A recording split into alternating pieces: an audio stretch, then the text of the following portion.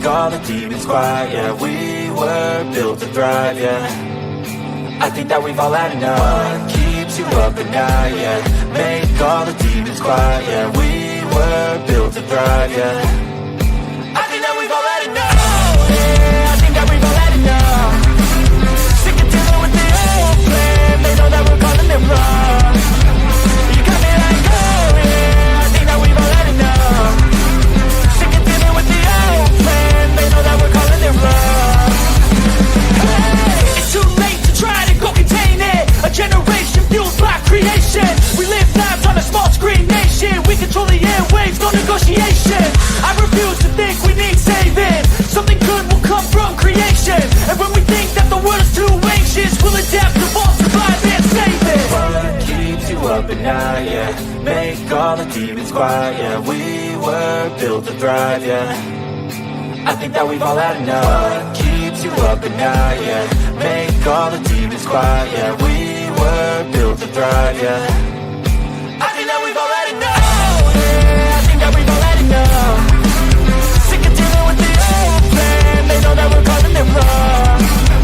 You got me like, oh yeah, I think that we've all had enough. Sick of dealing with the old plan. They know that we're calling it wrong. Hey, oh yeah, I think that we've all had enough. Sick of dealing with the old plan. They know that we're calling it wrong. You got me like, oh yeah, I think that we've all had enough. Sick of dealing with the old plan. They know that we're calling it wrong.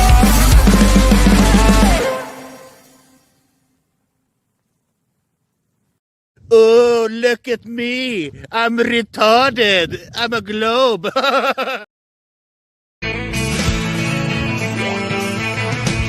No one told you life was gonna be this way. Your job's a joke, you broke. Your love life's the old way. It's like you're always stuck in second gear. When it hasn't been your day, week, your month, even your year. But I'll be there for you when the rain starts to pour. I'll be there for you like I've been there before. I'll be there for you 'cause I'm there for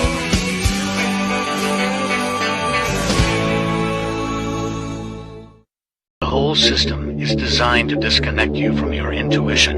Why? Disconnected people are easy to manipulate. Everything from sunscreen to politics to the food industry. It's all designed to disconnect and manipulate you. We are in the middle of a war right now, but it's not a traditional war. It's a war on consciousness. It's a war on freedom. This is the time to listen, not to the news. No, your intuition, your gut, your heart. Love is the greatest weapon against darkness. How do you love more? You begin by loving yourself. How do you love yourself? You listen to the messages your body is telling you.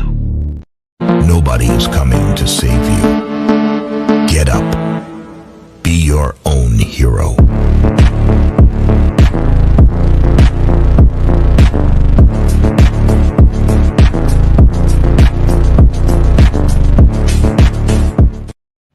Slaves used to work all day, every day, with no pay. But they got free food, water, and shelter. Today, we work all day, nearly every day, and we get paid. But the money we make, we spend on food, water, and shelter. We're still slaves. The only thing that has changed is the illusion of freedom.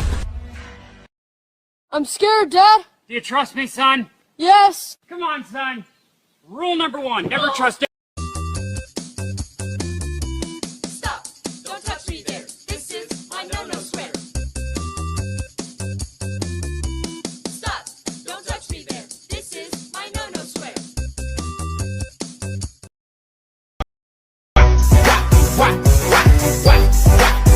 Now let me see you Drop it to the flow, drop it to the flow then. Now lean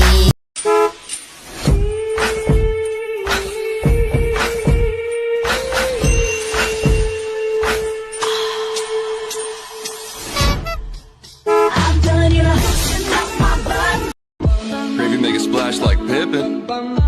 Shit, that's nothing. Splash. Everybody call me Big Pimpin'. No, I ain't bluffing. I'm with your mom in the kitchen, making blueberry muffins. Taste the biscuit. Taste the goodness of the biscuit. Taste the honey sauce.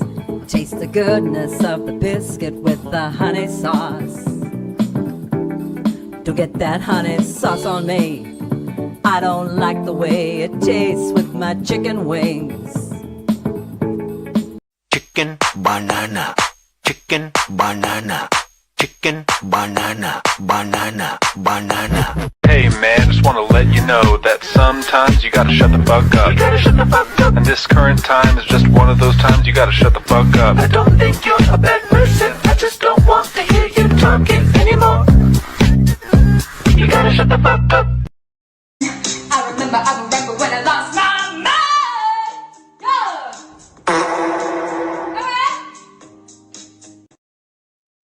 All right, good evening, ladies and gentlemen. Welcome to Sovereign Soul Unchained Mind.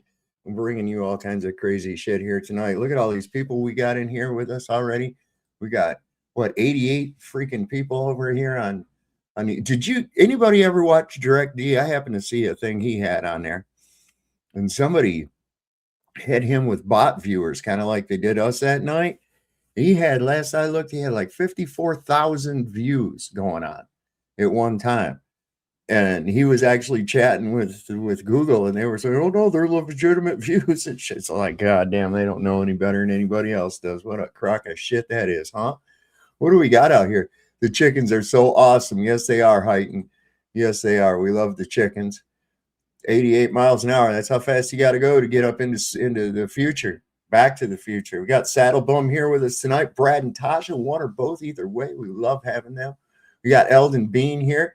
Also, Diana Allegro, thank you for your donation last night. Very, very much appreciated. Let's see who else we got in here. Too Chilly is here. We'll put a sweater on that. We got Eldon Bean. We got Martin Haley and Spyro Graffiti. Haven't seen you in a little bit there, Spyro. Good to see you, my friend. Look at their little wavy dude with green arms and shit. That's awesome. Kool-Aid Man's here with us. Billy Boogie. We got Mr. Super Sidewinder, of course. Who else we got in here? All kinds of great people, man. Glenn is here with us. The Fallen Slaves us all. Holy crap. Well, I was going to start you off with a cool little thing about the giant tree. And I'm pretty much on this now. If you would have said this to me 15 years ago without, just right out of the cold, I would have went, yeah, you're fucking crazy and shit. But, as you get into more and more of the information regarding this stuff, man, there's definitely something to it, man. Rocks don't form like this. Look at this shit. Insane. This isn't a mountain. This is the largest tree on Earth, one of America's hidden natural wonders. Can you recognize it? It's called Devil's Tower, and from a distance it looks like a mountain. But get closer, and it looks like something got cut down. It rises 867 feet straight up. That's taller than a 60-story skyscraper. No crater, no lava, no volcano nearby. Just one giant column of stone standing alone. Geologists say it's cooled magma from deep underground, but others believe it's the stump of a prehistoric megatree. The patterns on the sides? They look like fossilized tree fibers, perfectly vertical, perfectly unnatural. Native American tribes have called this place sacred for centuries. Some say it once reached the sky. Others call it the Tree of Life. So, what do you think? Is it just a strange rock? Or is it proof that Earth had giants of its own? Let me know in the comments, because once you see it, you'll never look at trees or mountains the same way again. Yeah, I have to agree. There's another place in California called the Devil's Post Pile. It has the same type of, what do they say? It's basalt or some shit like that. It's fucking, come on, man. What's the other one they call it? It's I think in Ireland. They call it the Devil's Causeway. Same thing. See, I think there's a lot more too. Yeah, and let's just face it, man. we cannot trust the history that they give us anyway. Hell, they lie about recent history, the shit that's happened within our lifetimes, man, in real time. In real time. You see this shit that's going on. You got Lindsey Graham. There's some crazy, nutty shit right there. Lindsey Graham dies. Boom. Rumor getting around that he died actually in Kiev. Then the FBI was searching his house. Why the fuck is he searching his house? Did he have maybe some blackmail material in there or something that maybe somebody was a little bit worried about? I don't know how that poor motherfucker can sleep at night. I don't know how Donald Trump could even sleep. He's got so much shit breathing down his neck. That's probably why he's up at 4:30 in the morning putting out bizarre texts and then falling asleep in the middle. But I can't blame him. If I had to sit there and listen to these boring motherfuckers yammer on about shit I don't give a fuck about, man, I'd go to sleep too, man. I'm sorry. I mean, I want to go to sleep too. I just go, oh, what is he talking about? Oh, nothing that anybody would give a shit about at all, but that's his job. He's got to sit there and listen to this motherfucker yammer on about shit all day. Oh, terrible, terrible, terrible fucking people. I don't know where they get them from. I don't know. Oh, here's the devil's actual plan for humanity. I got this too. Got a really good one about right to travel here tonight. I'm going to show you too. The hell's the name of that guy? Let me see what the name of that channel is. Oh, there's Cubby. There's Cubby rolling in. He's here. Oh yeah, it's from Power Inherent to the People. That's what I'll be going over this right to travel video. Pretty good, man. Pretty good. Right. I'm seeing more and more of that going on. More and more videos about that. More and more people doing it. And I think that, like my son Ryan says, that's the key to it, is exposing that motor vehicle code bullshit. Yeah. I told you, I don't know, it was a year or so ago that more and more people I saw without license plates, right? And I just attributed it because there was a big thing for quite a while. It still is a big thing, but I thought people were just stealing cars, And then after, like you said, more and more people started putting out videos and hearing people like Ryan and other people talk about that stuff. I was like, wait a second. That might be what's really going on. It ain't people stealing videos. It's the right to travel, We got somebody trying to join here. Case O. Who is Case O? What's happening, Case O? Whoops. Unbelievably. Probably what not now? good. This box is unbelievably heavy. Listen. I have no idea what that is. Just dumb. What the fuck do people do? I mean, it's just like, hey, I'm going to go on this thing and play something stupid, record it. And it only happens on our channels. Yeah, I know. What did right? Did you hear what I was saying when I first came on? I was watching Direct D. Oh, yeah, I did hear that. He's got this live stream going, and there was 54,000 fucking viewers. And Google says it's not bots. He was on live chat with Google asking him about it. What the fuck is going on here? This is not real. There's no way I could be having that many viewers. Mm-hmm. Said, well, it's not bots. Okay, then. Well, it's like your thing that I recorded, Yeah. your live. We did that one night. We did that one night. We went up there. Yeah. It was 50,000 people watching or some dumb shit like that. Yeah, I think it was 500 or something crazy, but still. They have to pay for that. Hell, they might have got up to 1,000. I can't remember. There was a lot, though. See, and that if that's an attempt to make it look like you're buying the views and shit like that for your channel, you can get in trouble for that. See, but I'm not. See, and he's not. So whoever's doing that, if that's an attempt to try to get somebody in trouble, you're wasting your time. Yeah. It's not going to work. I'm not sure. Why would you want to get anybody in trouble anyways? The way I look at it, if you don't like what they got on their show, don't watch it. There's reasons I don't watch The View, right? Yeah. Because it's a horrible show and I hate the people on it. So I don't sit there and watch it and grumble at the fucking TV all day. Mm-hmm. Right. Yeah, that's the way I am with any show on YouTube. It's like, if I don't like it, I'm not going to watch it. I'm not going to watch something out of spite. Right. That's stupid. going on? What's going on, D-Man? What's up? The one that gets me is when these globetards, they come out here. I said, well, why the fuck do you go in these groups and shit in the first place then? Oh, for the comedy. And I'm like, well, can you please tell me something comical that you found so unbearably funny that you just can't resist? Please tell me the funniest thing that you found in a flat earth group. I want to hear share the mirth, share the hilarity. Tell me what it was. Crickets. They shut you right used improper grammar. Oh, yeah. Man, that's hilarious. Nobody's ever done that before. Do you know there's a D in being dumb? A lot of people. That. God damn. See, that's what these people, and they think you're going to buy that excuse. And it's like, you're not here for that at all. You have to be here. Yeah, it's a pretty sad life they live. They don't know how to take it when you ask them, like when they've come on here. It's like, who sent you here? Who sent you here? What are you doing? Where'd you come from? They had a card in. You know? Had to go over to the timestamp machine. Look at it. Like, who cut one? Who was that? Who busted ass? It was somebody. It was you. Stop. Right? It's like you have free time and this is how you want to spend it. Wow, that's really shows a lot there, guys. Well, see, I don't know. It might actually be their work time. Well, it could be that too. Yeah, a little bit of both. They seem to be in shifts. Yeah. And they seem to drink a lot also. They seem to drink a lot. Drink a lot to do it. So they must be pretty miserable. And this is, almost like they're being forced to do it in a weird way. Huh? Yeah, like they don't want to have to do it. Well, can you imagine you got to go around carrying that negativity all day?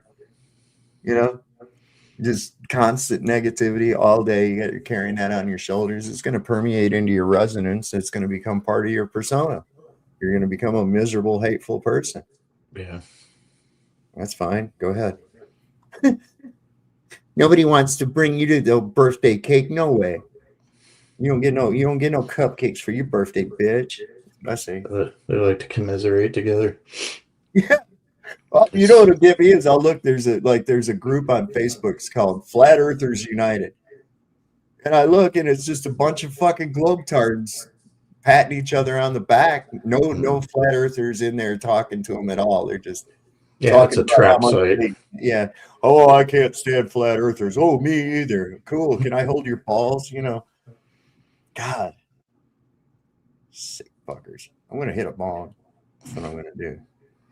All right, guys, we've seen through the looking glass, and in every scenario, we lose. So what? We get thrown in the lake of fire. Boo-hoo. But what's stopping us from bringing as many people as we can with us? First, we create a circus. The best way to stop people from knowing what's going on is to distract them with things that are going to take their attention. Sports, television, wars, stock market crashes, the whole 9 yards. Like behind the scenes, we're pushing to control life itself. Sure, people can get rich the honest way, but if they want to get stupid, crazy fucking rich without doing a lot of the old work, we turn them into pedophiles. That's going to eliminate them from heaven completely. Also, what do humans need to live? Food. We're going to control the food. We're going to buy up all the livestock, start making lab-grown meat, take the seeds out of all the plants. So now they got to get it from us. All made in our labs. Now I know what you're thinking. So what? They get it from us. Yeah, well, the best part is it's going to give them cancer. Aggressive cancer. We're going to put nanotechnology into the food. That's going to destroy their bodies from the inside out. When these people are getting cancer, they're going to be asking, God, why me? I've been such a loyal servant. Blah. And in their final days, as the cancer is destroying their insides, they're going to come to a crazy realization that there is no God. And in that moment, the angel of death will come and rip the life out of them. And that's how we drag as many souls down with us as possible. Fight back? You're not going to fight back. At this point, we will have pumped so much estrogen into the food, they're more likely to just do what we say. Not only that, fighting back takes money and resources. These people aren't going to have any of that. They'll be broke, feminine slaves, ripe for the taking. Yeah, it sounds evil, but that's what we are. It sounds evil, but hey, that's part of the plan. That's what, it's in our nature. It's in our DNA. Trust the plan, Saab. Oh yeah. Trust the plan. There's people still going on with that dumb shit. You know, that bullshit Q crap. There's still people going on. Oh, look, this is I see people all the time. They're posting shit. Look at this Delta Mark 9 and oh, shut up. JFK's coming back. Oh man, come on. Telling me JFK outlived Mitch McConnell? Let's get out of here. Some people How old go would all that in. motherfucker be? Who? JFK. JFK. Oh, shoot on it. What year was that? Be like in 90 something, 90 or 100. Yeah. Yeah. Let's see what year. John F. Kennedy. Let's see what year he was born.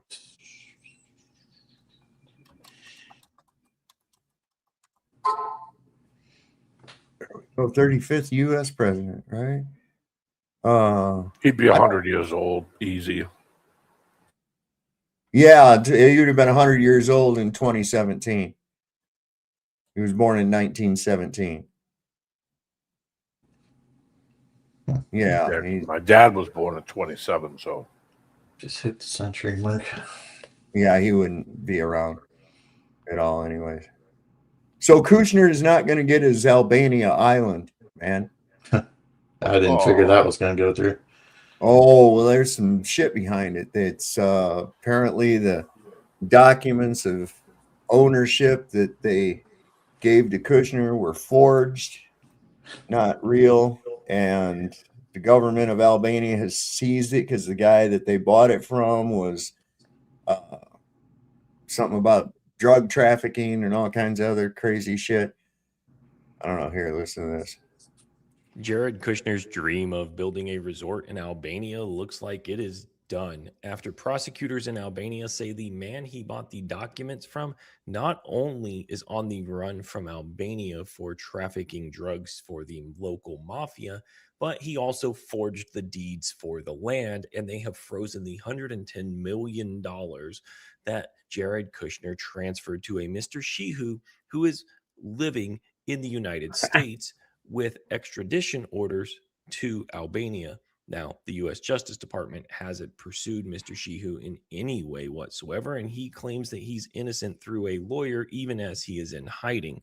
The Albanian prosecutor's office operates separately from the government, who said that they are not going to intervene in any private transactions, while the prosecutors say that Shehu and associates purchased land using illegally obtained funds and forged ownership documents by creating false property titles or artificially increasing the size of the properties. The properties were then transferred or exchanged so they could not be easily traced by the authorities. They were then sold to Jared Kushner to build his resort on a pristine island in Albania.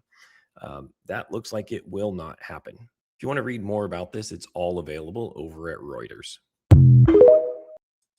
It's like everybody that they're involved with is some kind of a shady fucking criminal, no matter what it is.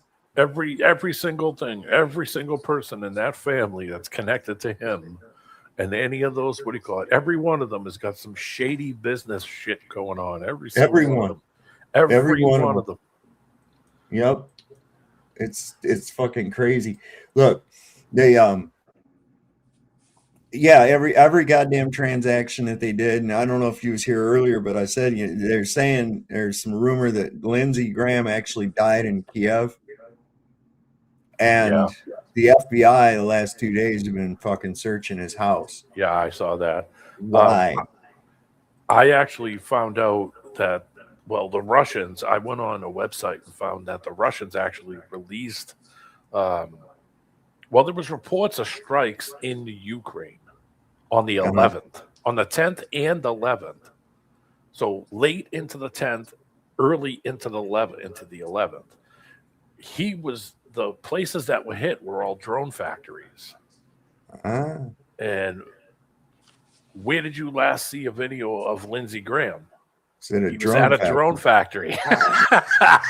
So they're saying that it's a possibility that they hit all these drone factories, but not the one he was at. Okay, which is horseshit because they hit them all. No shit. No So shit. he hit 4 of them at the same time. So the theory is that he actually didn't die in his house, didn't die from an aortic, whatever. That he actually was at a drone factory and got fucking killed. So they figured, okay, let's try to make this so that it isn't, But it was well reported all across Europe that the Russians hit Ukrainian drone factories, all of them. Yeah. So it was a good possibility that he didn't just die in some regular way, but he actually got hit by a Russian missile. You think he screamed like a girl? You think he screamed like a girl? I don't think he screamed like If he had time. If that thing hits the building, you ain't got time to even think about it. Goodbye. Well, also too, is there going to be an open casket funeral? That would be an indicator as to whether or not he was. No, unless you're like looking at a Ziploc baggie. If that was the case, because that's what I'm saying. That would be the telltale thing right there. You sure they're searching his house and not sweeping it to get rid of evidence? Well, they say it looks like a search, but that's what I think it is. It's something to get rid of evidence. Yeah, I do. I think somebody might be worried that he has blackmail material. Yeah, maybe blackmail material or material on himself, or both. I guess combination. Yeah, we're talking about some of the slimiest fucking people on earth right now. Yeah. The name of the company that he was visiting was called Skyfall. Oh, goody. And Skyfall is one of 4 different companies that they have in the Ukraine that builds drones. They all build different types of drones for certain reasons. Skyfall is the one that he made those videos at. And they said that out of the 4, 3 were hit. But when you look at European news, or like I did, I went right to the source, basically the Google of Russia. They said they were all hit, all of them. So there's a good possibility that he got hit while he was at one of those factories. Well, I hope so, and I hope it was fucking painful.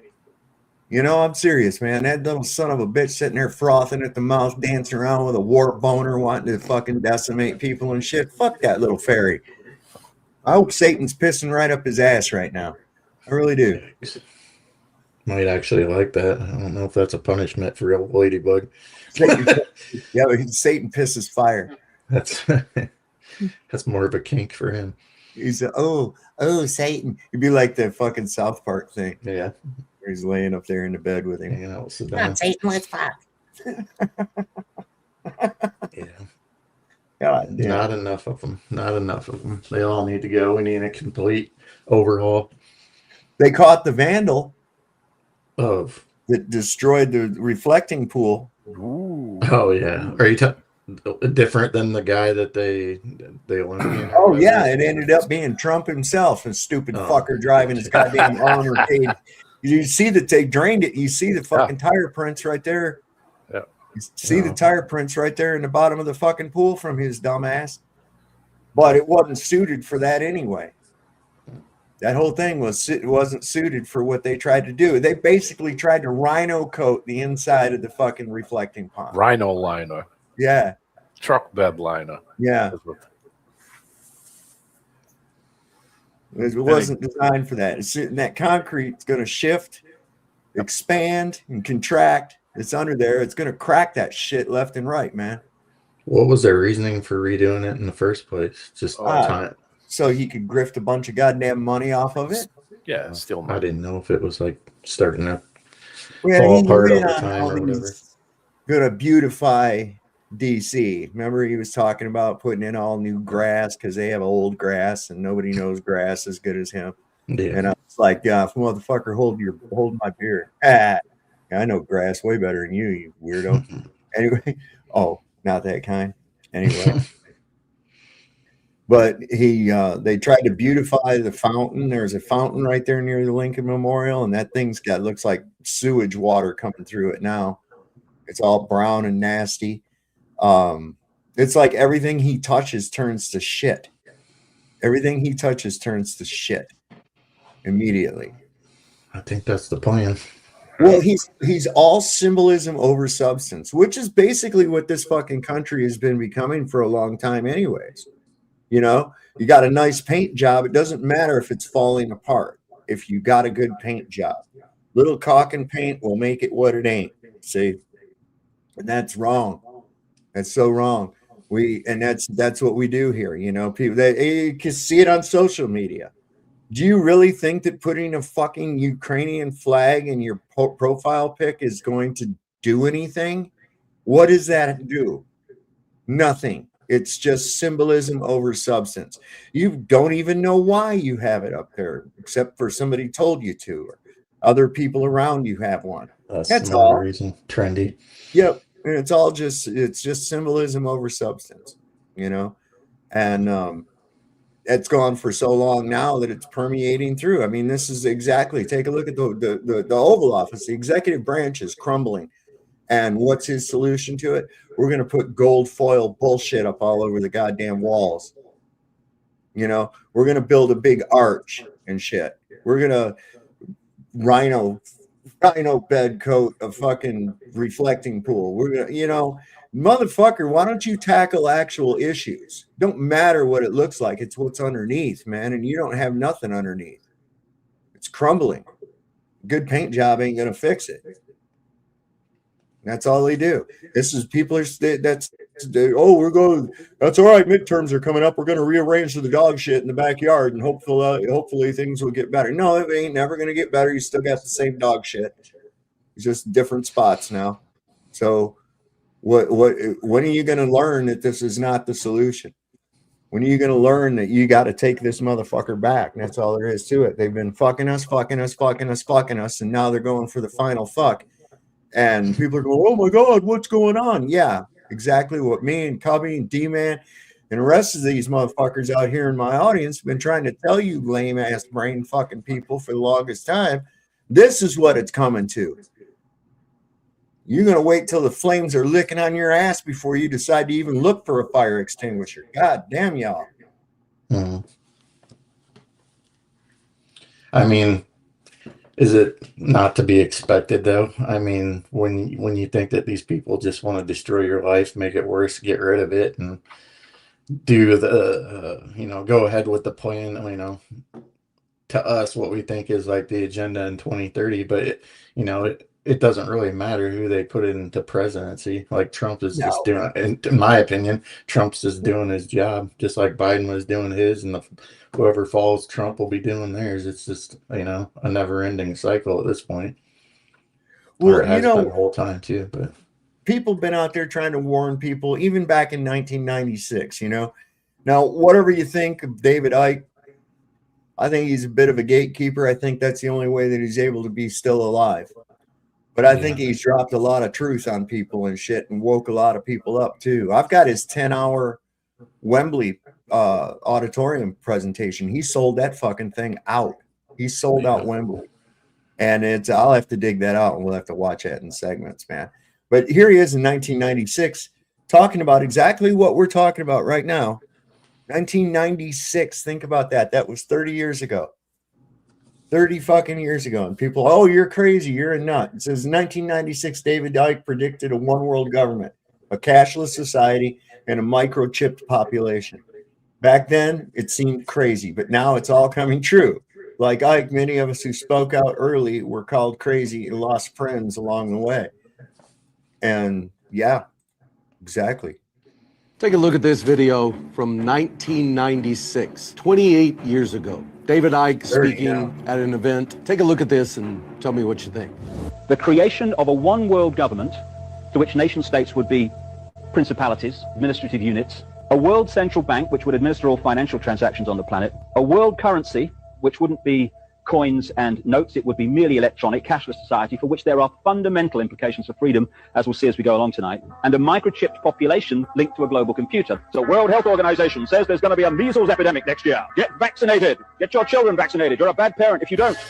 And the same people that organize that then start flogging out the vaccine and make a fortune out of it. That was David Icke speaking almost 30 years ago. And telling you what they were planning. Now listen, guys, when I started speaking out a couple of years ago, I got called a lot of different names, a lot of hate came my way, a lot of people thought I was crazy. Anybody that was speaking out a few years ago, people thought you were crazy. I was speaking out during COVID. I lost so many friends. Like, it was just crazy, the people that turned on me for speaking the truth and trying to protect people that I cared about. They dropped off like flies. They turned their backs on me. It's now time. So I've given people a couple of years to catch up and to see who was right, who was wrong. I don't care what people said. I don't care how many people were attacking, how loud the voices were that were coming at us. What I care about is results. Time reveals all. I have it tattooed right on my arm because it never fails. It is always true. Time reveals all. So if you want to know who you can trust in today's crazy ass world full of liars and scammers and misinformation and purposeful misinformation, if you want to know who you can actually trust moving forward, look at the people over the last 3, 4, 5, 20 years, 30 years that were speaking the truth, no matter how crazy it seemed to you at the time. And now it's all come true or is coming true as we speak. Those are the people that you can trust. Those are the people that are going to continue speaking the truth. Yeah, they did it to Bill Cooper. Yeah, man. That's the big one for me because that was the big number one for me. It was the first guy I ever heard talking about a lot of that stuff. Bill Cooper. He knew it was coming. He knew they were going to come for him. He said, "That's okay. I'll be ready. I'm ready to go." And that's exactly what happened. He used to say it on the radio station. He used to say it on, on his broadcast all the time. He'd say, "Hey, if I'm they're going to afraid." get you, if they're going to get you, they're going to get you." Yeah. So I mean, these people, that's their profession, is offing people and shit. So if they're going to get you, they're going to get you. All you can do is, hey, if something happens to me, I didn't do it. It wasn't me. Right. And most people know that, I think probably 99% of the people that know about Bill Cooper and have listened to Bill Cooper know that that was bullshit. What happened? That was total bullshit. That was an arranged, untimely death is what that was. Yeah, because they couldn't figure out how he knew how it was going to go down. They couldn't figure out. They knew that he knew somebody, and somebody was telling him exactly what was going to happen with the whole 9/11 thing. So before it even happened, he told people what was going to happen, and that's what got him killed. That, and even just breaking it down using logic, if you really get deep into it and, into solitude and think about that, lay all the facts out in front of yourself and pore over it, you can pretty much see where something's going, where it came from. I mean, it's easy to eliminate where it didn't come from, and you can start looking at shit and you go, well, hell yeah, that's connected. And you'd be a fool to think that it's not. It's too coincidental. Yeah. But yeah, he probably did have somebody else helping him as well. I wonder who that was. Well, his father was Navy, was a general or some big Wasn't he monkey O&I? in the Navy. So he had inside shit, and plus he was in the Navy himself and intelligence in the Navy. So I'm sure that he had people that were telling him, "Hey, yeah, shit's going on, man," and we're telling them, and that's why they went after him. They didn't. Why would they go after you if you were to just randomly guess? Right. That's not something they're going to do. Dude, you get the bombers get the most flack when they're right over the target. Yeah. So that tells you something. When you got people attacking, you're hitting on something. You're hitting a nerve. And this is the thing. Is what gets me, the most litigious motherfucker in the world. I'm getting an echo from somebody. I can't tell who it is. Anyway, the most litigious of people, Donald Trump, he sues people at a drop of a hat. Oh, incidentally, he had to pay today. I think it was either today or yesterday. He had to pay that E. Jean Carroll, that $5 million plus interest. And I got a little video of her talking about that, him in the courtroom. I would love see. That's why I think they should allow cameras in the courtroom. You know, because his behavior in the courtroom was obnoxious as all Shouldn't get be out. any reason why a camera, if a courtroom is public, anywhere in public, you should be able to bring a camera recording device. Doesn't matter especially if you're involved in it, your own court case, your own, what do you call it? You should be able to record your own Absolutely. shit, every Absolutely. interaction. Now, Yep. real quick before you get that going too, I threw a video in the back to, of Alex Cristoforo from the Duran.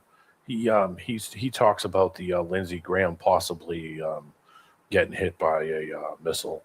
So I threw the timestamp for it too. It's only about 5:18. All right, I'll grab that right after this one right here. This is about the Vandal.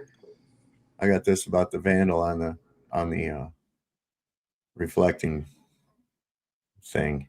Donald Trump is furious right now because the reflecting pool was drained and there was no evidence of a 300-foot cut, but instead they found tire marks. Here's the image that was released. As you can tell, there's no evidence of a massive 300-foot gash, but instead it looks like there's some tire marks. And coincidentally, these tire tracks directly align with a controversial May 7th, 2026 site visit by Donald Trump himself and his presidential motorcade. Some of these vehicles were up to 20,000 pounds and they were filmed driving directly across the newly applied, still curing American flag blue rubber sealant. So now Trump is melting down on Truth Social, saying they drained the reflecting pool to fix the scars and damage that was done by these vandals. He said the slashes have now grown to 300 yards long, starting at just 250 feet. He also made this post raging at ABC News because they said the reflecting pool was drained to address the peeling paint. Trump says there is no paint. It was slashed with a knife or a box cutter. It was vandalism. He even found a way to blame the vandals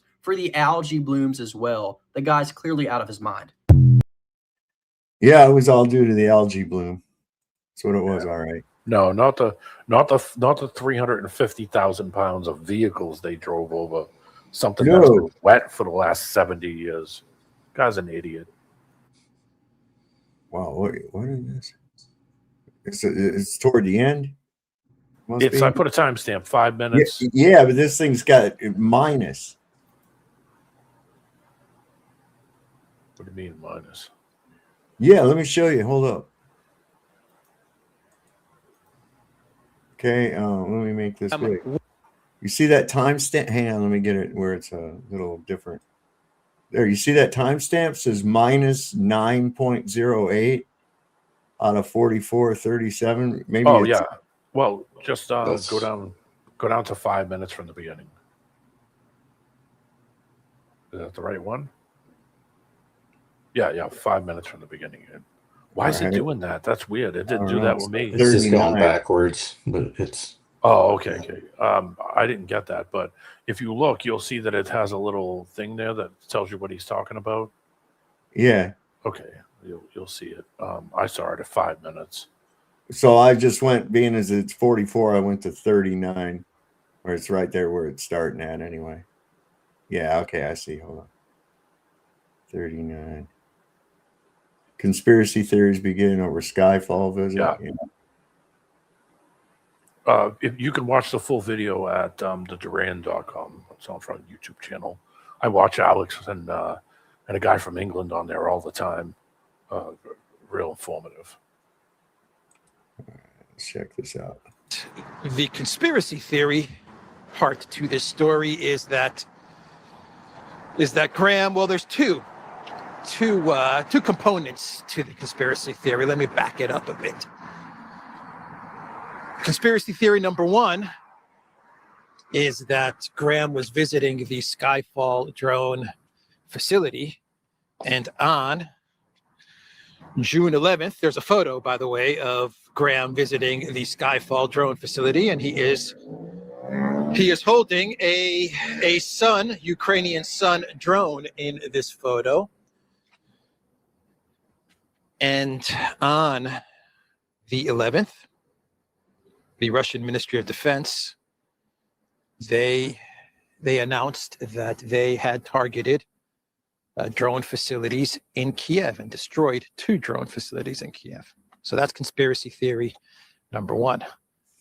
Conspiracy theory number two, which is really not much of a conspiracy theory, but it's very likely, which is that Graham in Kiev actually tipped off Russia to the location of this drone facility.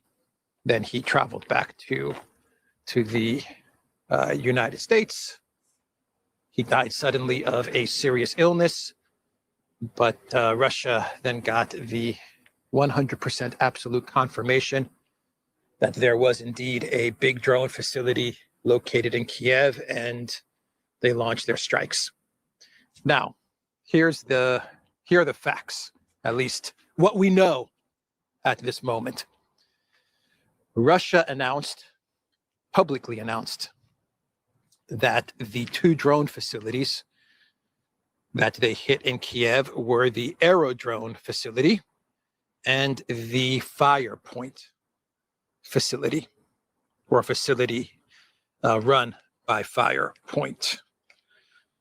In a statement released on Saturday, the Defense Ministry said Russian forces carried out overnight strikes on the Aerodrone facility in Kiev, which manufactures unmanned aerial vehicles.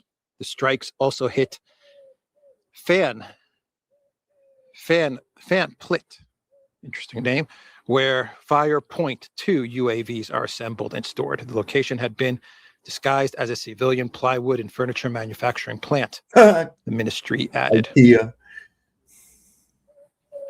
So no mention of the Skyfall facility. There is no official, zero official, at the time of recording this video, confirmation that Russia targeted the Skyfall facility where Lindsey Graham visited. Something is happening here. Almost like something's being dug up.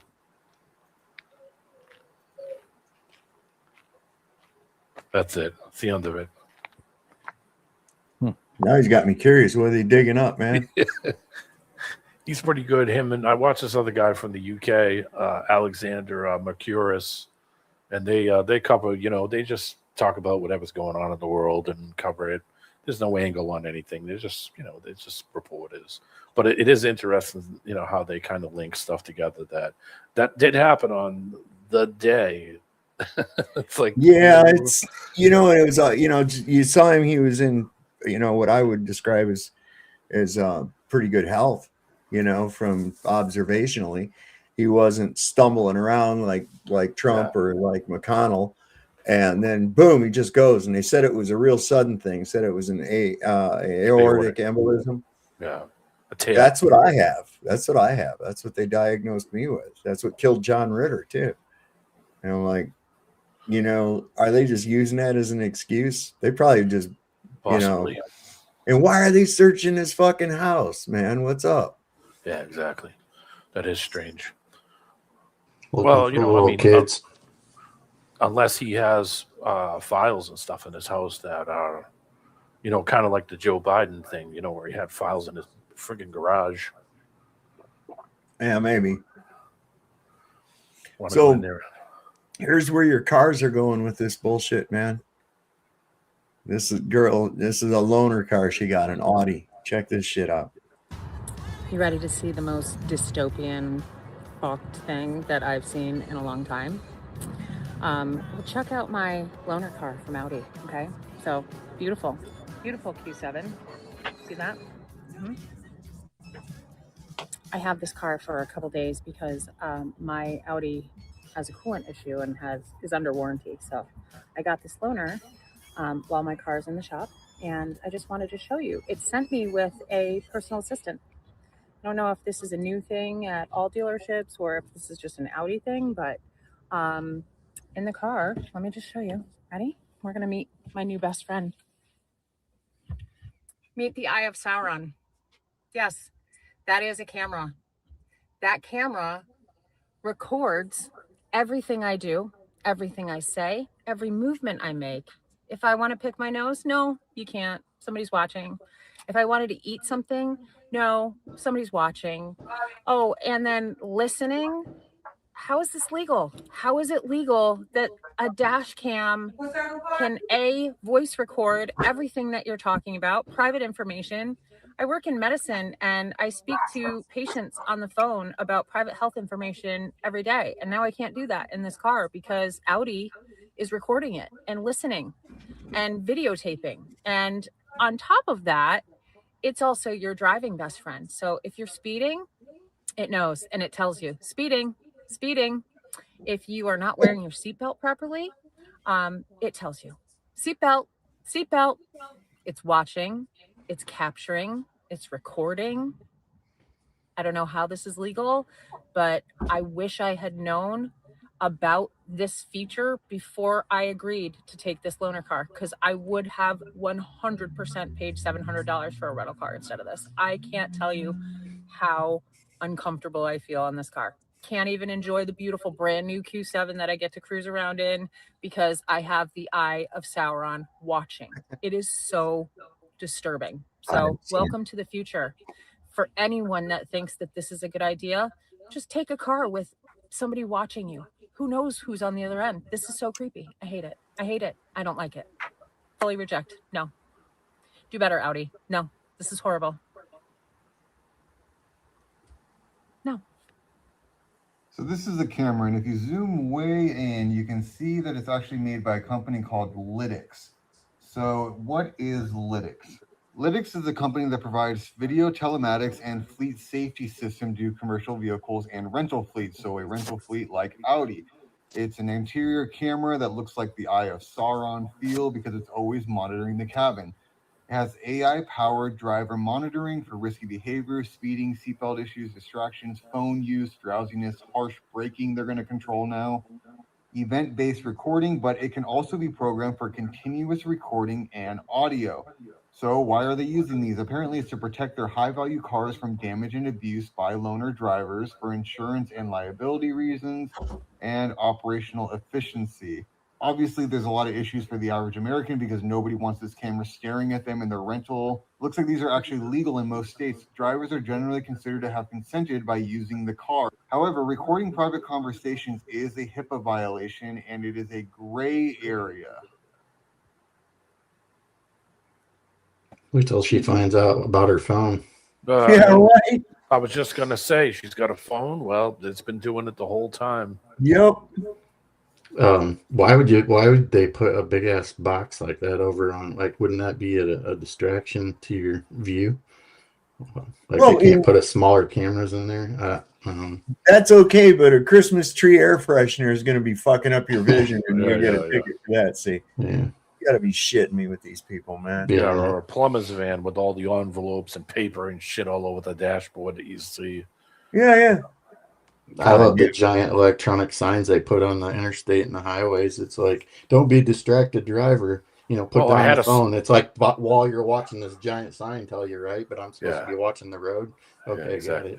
Got it. One of them ones that it only puts out half of the fucking message and then blinks up the other half. You're hoping you don't pass it before you can read the whole thing. But like the Burma shave signs. Let me turn around. Do you remember the Burma shave signs? You ever seen them? No. Refresh me. Maybe I just don't know the name.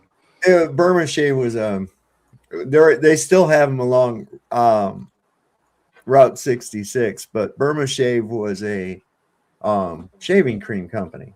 Oh, okay, yeah. And the way they put their you're saying billboard? Yeah, what they do is they'd put signs like down the road that you would read each word. And then it would, be some kind of a message about watching your speed, and be careful on the highway and shit like that. And it'd say brought to you by Burma Shave. Oh, okay. Yeah, I see what you're talking about. Yeah, don't be distracted by looking at our signs.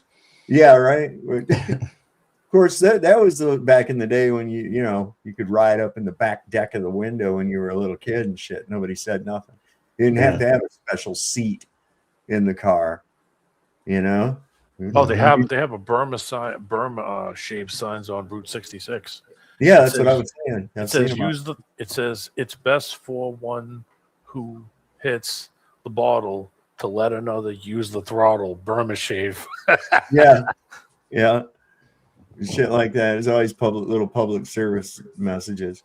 But yeah, you see them around Route 66. That is like when you hit all the parts of it that are still in existence and the businesses that are along that, it's like going back in time. It really is.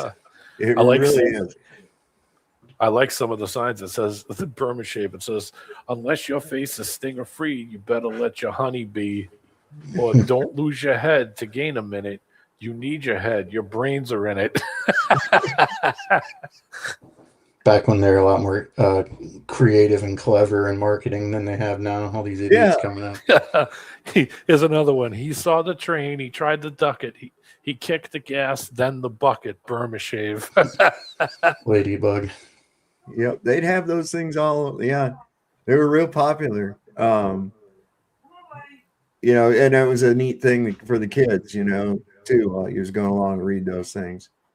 Play games in the car, I Spy with my little eye. Yeah. Shit like that. And then, you know. We almost there yet? I came up with a good one for the kids, the silent game. That was whoever can be the quietest wins. Whoever can get the duct tape on their mouth fastest wins. Whoever can be the quietest wins the game. Yay! What do I win? You get a win. You get another chance at being quiet. Yay! Me and my friend were saving money when we were kids, when we were early teens, and he said, as soon as we're able, we're gonna buy a car and we're gonna do Route 66. We're gonna drive the whole thing. This is when we were kids. We weren't even driving yet. This was like the thing of me and my friends. It's all we. You know, in the summers we'd work and try to save this money and throw it in like a jar and do that kind of shit. Like we were going to do this. And by the time I'd had a car, I already had a car for a while, but the money, you know, of course, buying the gas and doing all the shit. He, you know, by the time he got like 18, 19, he was done. He didn't want to do it anymore. And I was like, you're fucked. It's almost impossible to do that trip now. Yeah. Not just gas prices, not staying places. I mean, just the road construction alone. You know, anywhere you go, you can't barely go 20 miles without there being some ridiculous road construction that they're never, ever gonna finish. Well, no, because they use substandard material. It's planned obsolescence, so they can continue to work on the road. Yeah, keep coming back. There was years ago, they did 2 stretches of highway out in the desert, I think California, and they used a special mix. I think it was asphalt and recycled tires and some other material. And the shit is still there to this day. They haven't even repaved it. The road next to it, they had to repave, like, you know, the other side of the road. They've had to repave it like 20 times since they did this shit. And that's the whole thing, is that they do this shit with substandard shit so they could keep coming back. It's job security. That's all it is. I watched them in Boston. They would have potholes, and instead of going over and filling the holes right and doing it right, they'd have this guy who looked like he was like 75 years old show up with a friggin' truck and just throw a bucket of loose shit on it every week. And that was his whole job. It was just show up and throw a bucket of fucking warm garbage on it and hit it with a friggin' cinder block, you know, and drop a cinder block on it 5 or 6 times and go around and fill potholes. That's all he did.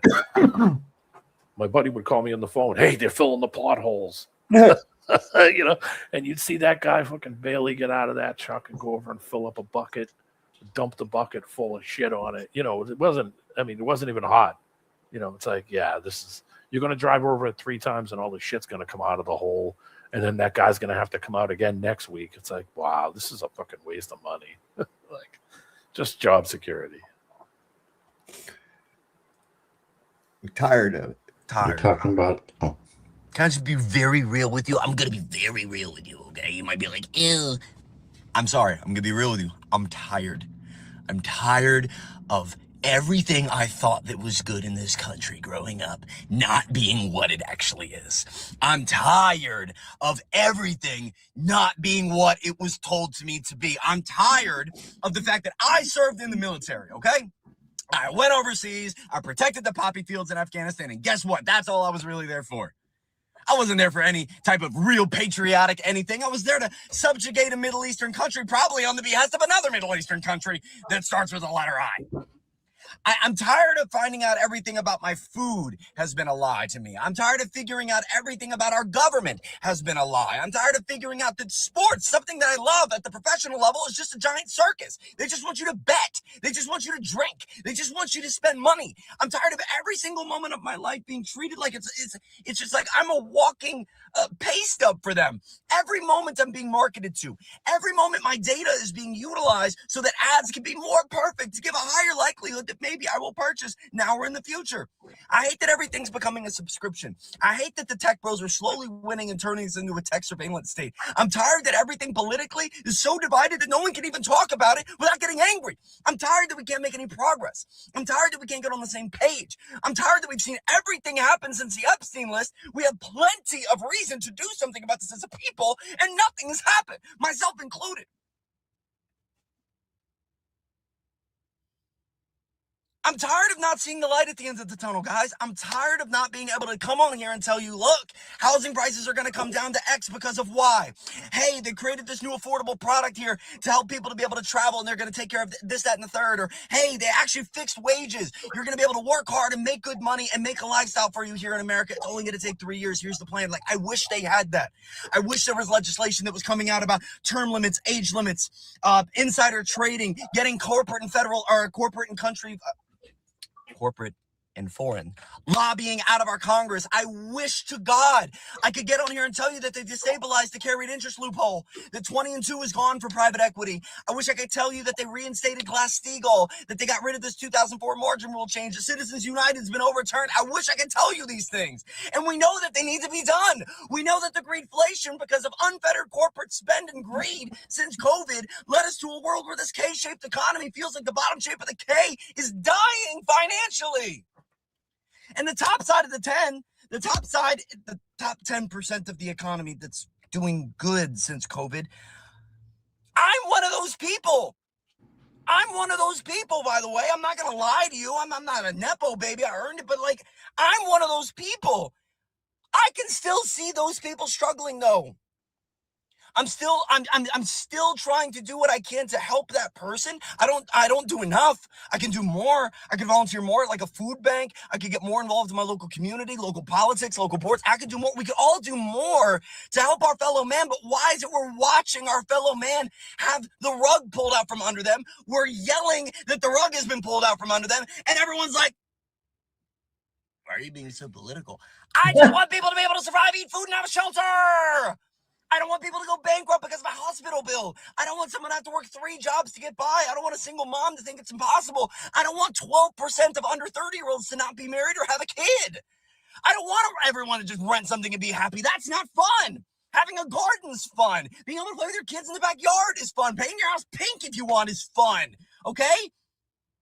I want us to be able to have fun in our life. I want us to be able to live this life and enjoy this life and love the people around us and bring up real community and have real friends and have real connections and not be socially distanced and not be just kept behind these screens all the time. I want to connect. I know you want that maybe too.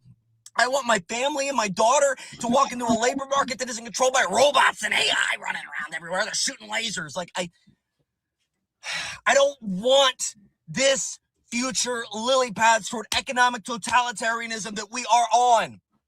We are on a path where they will continue to divide us between blue and red until they have all the green. That's the path we are on. I'm tired of finding out everything connects back to Israel.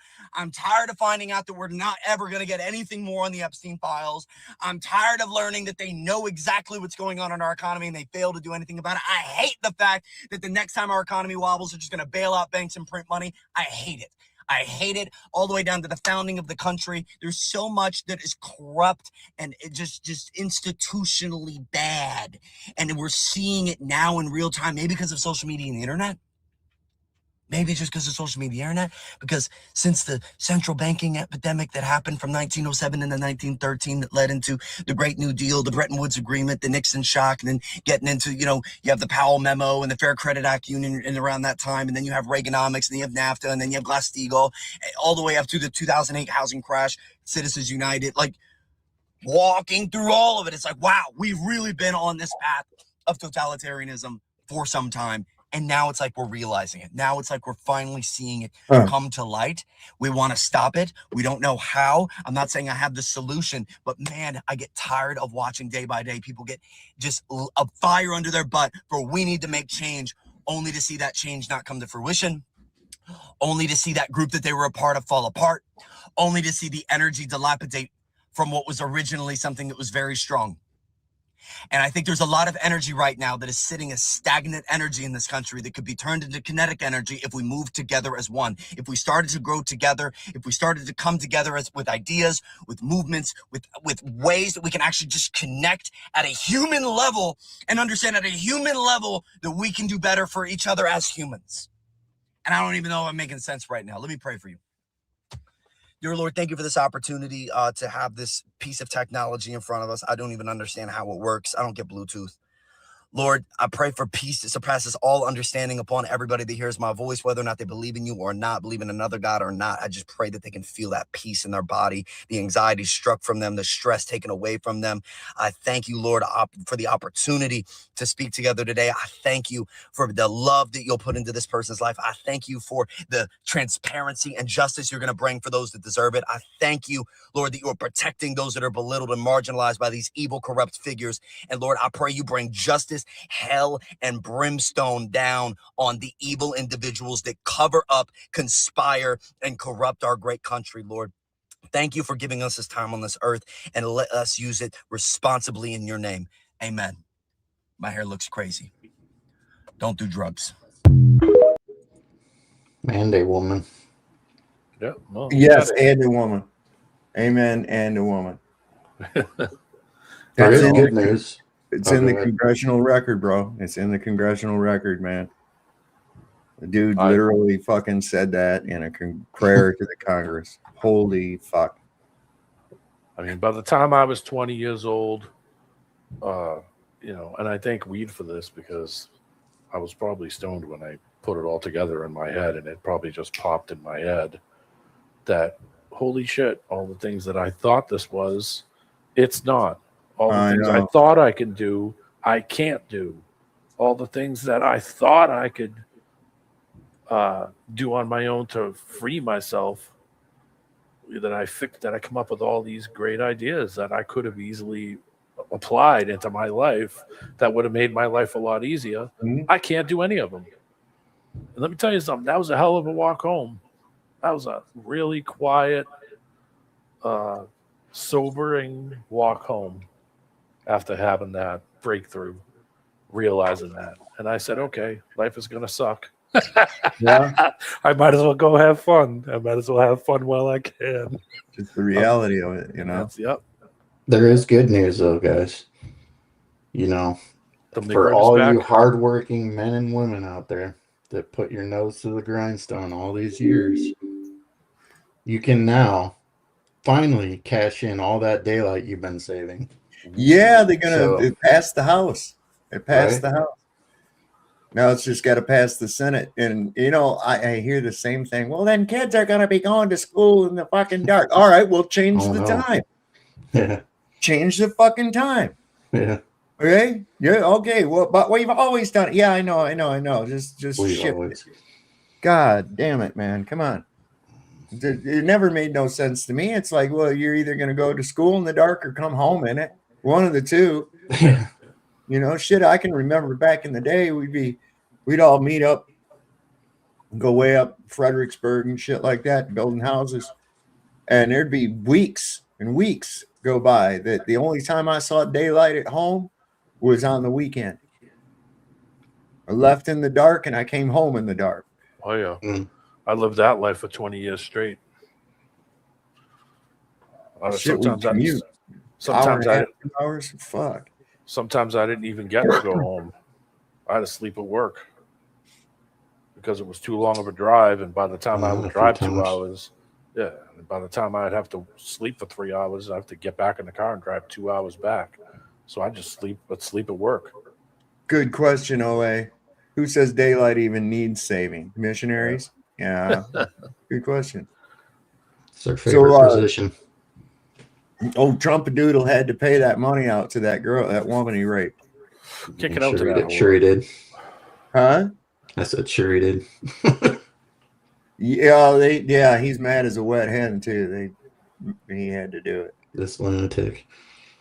See, I don't understand how people can be afraid of a fat, elderly man who wears apricot makeup, his hair done up like Tippi Hedren in The Birds, and sits in a courtroom and moans and groans and complains and snorts when when the jury got a load of him.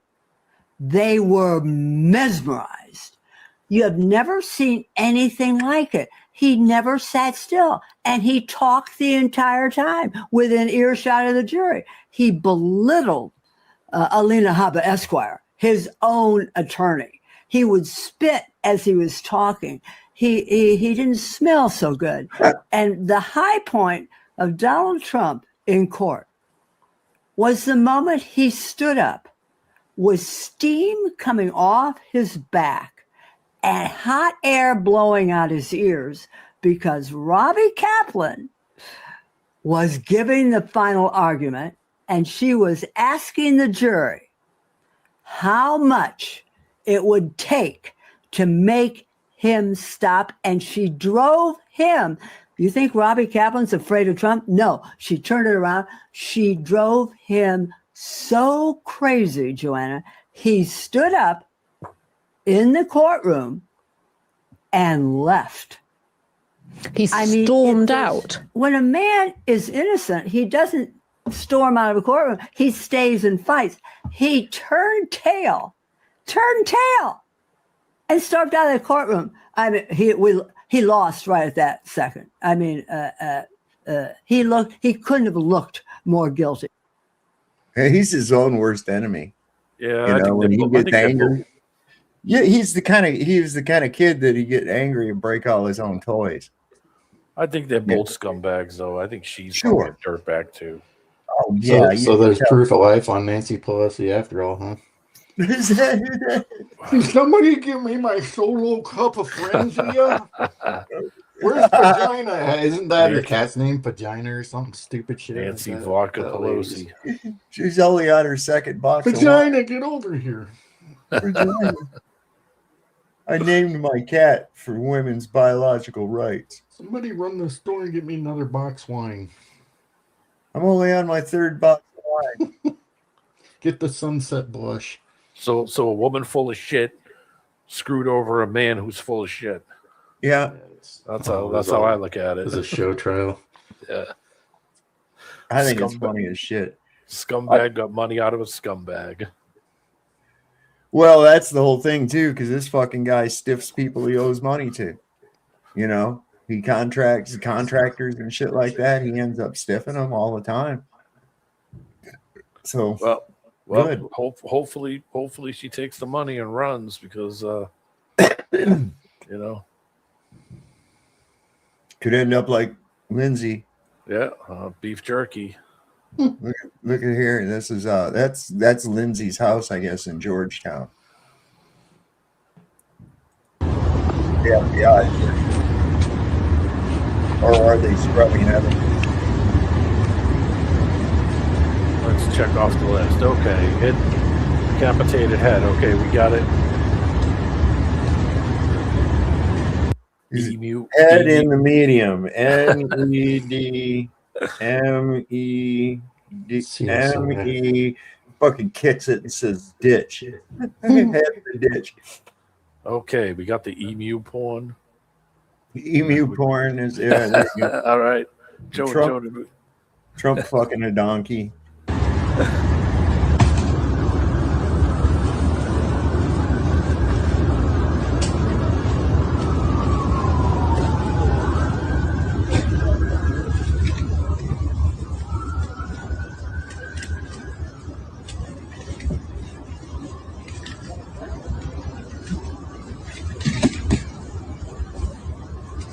Oh, now something that was manila envelope worthy.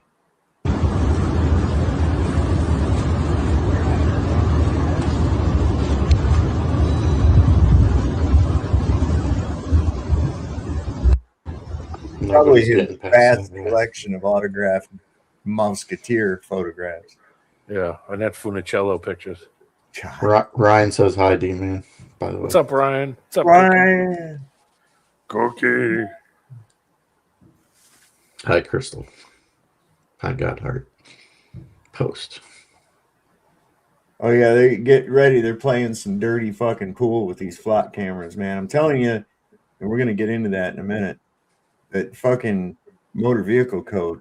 That's what we need to go against right there, man. I'm telling you. Yep. It's the shit. I got a good right to travel video.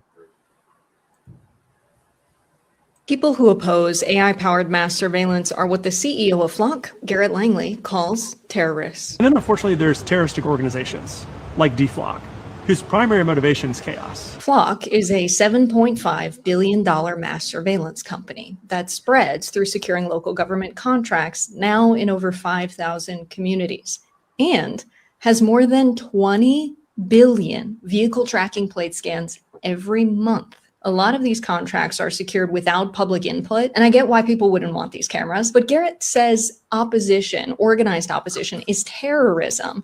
That's why we have democracy instead. That's why we have a democratically elected process, right? Like we're not forcing Flock on anyone. That's interesting, Garrett, because towns that voted to end their partnership with Flock still have cameras running. Here's an example unfolding right now. After massive public opposition to surveillance, the Cleveland Public Safety Commission voted not to renew their contract with Flock. Yay, democratic elected processes. But wait, what's this? The cameras are still running. They're holding a revote. I am frustrated that despite a 3-1 vote against renewing the city's Flock contract 2 weeks ago, Flock is for some reason getting a do-over. Residents say that after the original vote to end the contract, the city council president, mayor, and police chief pushed for reversing course, resulting in a revote that now has advanced the contract despite public opposition. The next step is a full council vote on July 15th, less than a week after the revote. This leaves residents with very little time to fight back, and keeping the cameras on is one thing. Another is a community celebrating a win they fought for, only to be told it didn't hold weeks later. I've never seen an instance where there was a revote on something that has already been heard. It felt like people were able to gather and make sure their voices were heard. And instead of listening to residents, they gave the agencies that stand to benefit from this another shot at convincing city council. So people showed up to local government meetings, said they don't want a Flock contract. The local government voted not to renew the contract. Then that decision was reversed. And through all of it, the Flock cameras remained on anyway. That's why we have a democratically elected process, right? Like we're not forcing Flock on anyone. Any update on this, Garrett? Yeah, they're fucking scumbags. And you know they're making money, the police chief, the mayor, and all these other people to sell everybody out. And just for a little information's sake, this was being done way before the Flock cameras, those cameras they're putting in neighborhoods were around, okay? Multiple companies operate the automated license plate readers, ALPR, that's on every police car now, used by police departments, private businesses, and neighborhoods. The most widely deployed and prominent provider is Flock Safety. Other company competitors in this space include Motorola Solutions, who owns Vigilant Solutions, Leonardo ELSAG, another company called Rekor, REKOR, and Insight LPR. So it isn't just Flock. No, it's just kind of like Xerox. Yeah. You know, people still call a copier a Xerox, even if it's made by Canon or Kyocera or whoever else. They still call it a Xerox. It's just become like a universal name for it, you know. So it's not just Flock. It's about 5 or 6 other companies who are also doing it. So, you know, this isn't anything new. This shit's, the cops have had plate readers for almost 10 years now. So it isn't anything new. Oh, I know about those fucking things. Trust me. There you go. If I said to you, this is a phrase. If I was to say to you that we finally figured it out in the 11th hour, or we had an 11th hour meeting, what would that indicate to you? For what are we talking about here? Like anything, you know, we were trying to solve a problem and we got it solved right in the 11th That hour. you had the solution all along. You just waited this long to tell us about it. That's my conclusion anyway, I mean, most of the time. to me, it just means like we got it like right before the deadline, you know? Well, I mean, yeah, I get what you're saying Yeah. there. We But came up with a solution right before the deadline or whatever. okay, yeah, you're talking about literally. Okay. Yeah. Okay. So this was a term that was used recently, and our genius scholar president. Well, hang on. Let this guy tell you what he thinks it means, what Trump thinks it means. Hey, I got a quick question for the audience. Okay. Go ahead.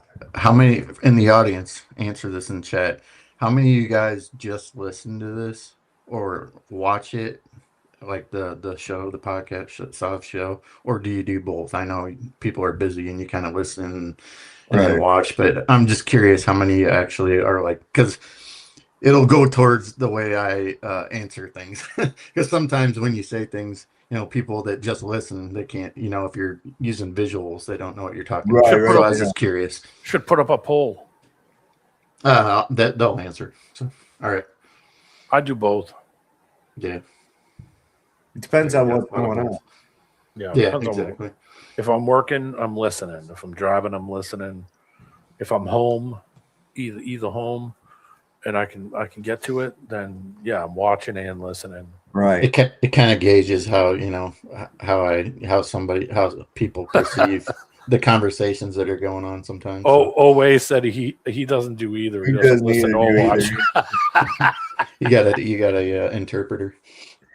You got somebody else working for him. Anyway. There has been proof on top of proof on top of proof presented over the course of his lifetime as to just how fucking stupid Donald Trump actually is, right? The oranges of the investigation, not the origins, the oranges of the investigation, the airports during the Revolutionary War, staring straight into a solar eclipse, the Battle of Bowling Green, the drawing on the map when he didn't know where the hurricane was going to go, saying he was going to build a border wall on the Colorado border.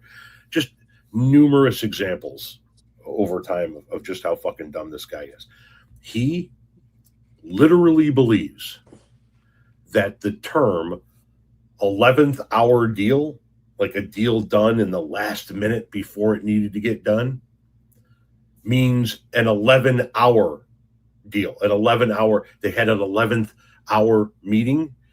He thinks it means they had an 11-hour meeting. And no, I'm not making it up. You can listen to his own words, talking about how they had an 11-hour meeting and it should have been done in 1 minute. He thinks that it means that they had an 11-hour meeting. Lindsey Graham was definitely on your side when it comes to Iran and the threat, them not having a nuclear weapon. It looks like they're back at their business, trying to take over the strait. What's your response? Well, we're taking over the strait. Yeah. They have nothing. They've got nothing. So something that nobody knows, yesterday they had an 11-hour meeting. Everything's 11 hours with these guys. You know, you can't settle a one sentence in 1 hour and 1 minute. It should be 1 minute. And everything was agreed to yesterday. And they leave the room and they call back and they say, we had to make a couple of changes. I said, changes? They're going to make changes? We're not going to make changes. Always changes. They just, you know, they're professional negotiators. That's all they are. I don't even call them good at it. They haven't gotten anything. They got nothing from me. He literally believes the term 11th hour meeting means an 11-hour meeting. They had an 11-hour meeting. I don't know why it couldn't get done in an hour. It should really just be a minute. He is as dumb as a bag of rusty hammers. Oh, that's not what he meant, Tom, and you know it. Oh, Tom, he just misspoke. You know, for a guy that always says how he feels, always speaks his mind, and is the smartest man in any room, people sure do need to make excuses for what this fucking guy says a lot.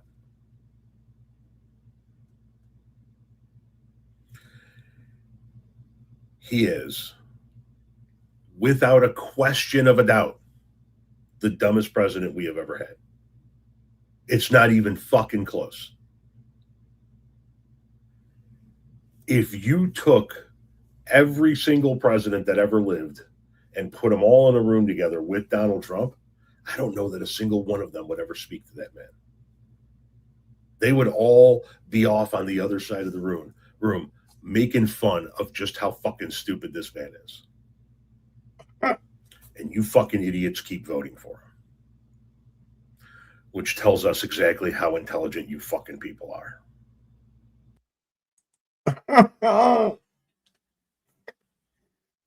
What did he get? He was like third from last at his class at Wharton when he graduated. I mean, I've heard teachers say he was like one of the dumbest fucking kids they ever had to have. In It's their all class. untrue, Sav. He's been winning all his life. You're just ungrateful that he's bringing all the winning to you. Oh yeah, that's what it is. All right. He needs to come back on here. He needs to come back on the show. Oh yeah. Yeah, it seems like a lifetime ago. What is it now? Are you talking about when Trump came on here? Yeah. Yeah, I said that seems like a lifetime ago. Well, with the age of these motherfuckers, it is. That's true. That is Now, true. we all know that Turtle Boy is dead. Yeah. Okay. No, he's not. I saw him the other He's day. alive and well. Come on. I saw him riding a bike the other day. He was reading the skiing. AI paper. I saw it. Yeah. I spoke to him last night using a Ouija board. No, but they always go in threes.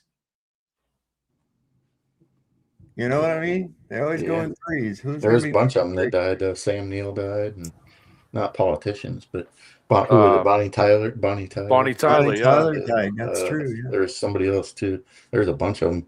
Mantooth. Randolph Mantooth, the guy from Emergency. Yeah. Oh yeah, that was the shit, man. That was the shit. A friend of mine, it didn't matter what we were doing, he would drop everything and run home to watch Emergency every day. Yep. Yeah, And, I watched it in reruns. Shit, I remember that was in elementary school, and he was like, I want to be a paramedic. When I grow up, I'm going to be a paramedic. And then when he was a teenager, he volunteered at the fire department, the paramedic squad, trained with him and shit. Went to school, ended up becoming a paramedic, and ended up the captain of a whole station. But he died. He was always an unhealthy person. That was what was so crazy about it. He was not a very healthy person. But he was a good guy. Little Randy Voss was his name. There's some young actress that died too, but I don't remember. She was on a show I didn't watch, but I have to look it up. Oh yeah, I was gonna grab that. I put the season 1 opening credits and theme song in there for you. What was this one? For what? For Emergency. For Emergency. The song is what sticks in it's stuck in my head. They always have the song that sticks in your head. What did I run across the other night? And it blew my mind that it's as old as it is. Hill Street Blues. Yeah. You remember that? 80s. Yeah. I used to like that show. We watched friggin' Iron Eagle, the Iron Eagle one, and that was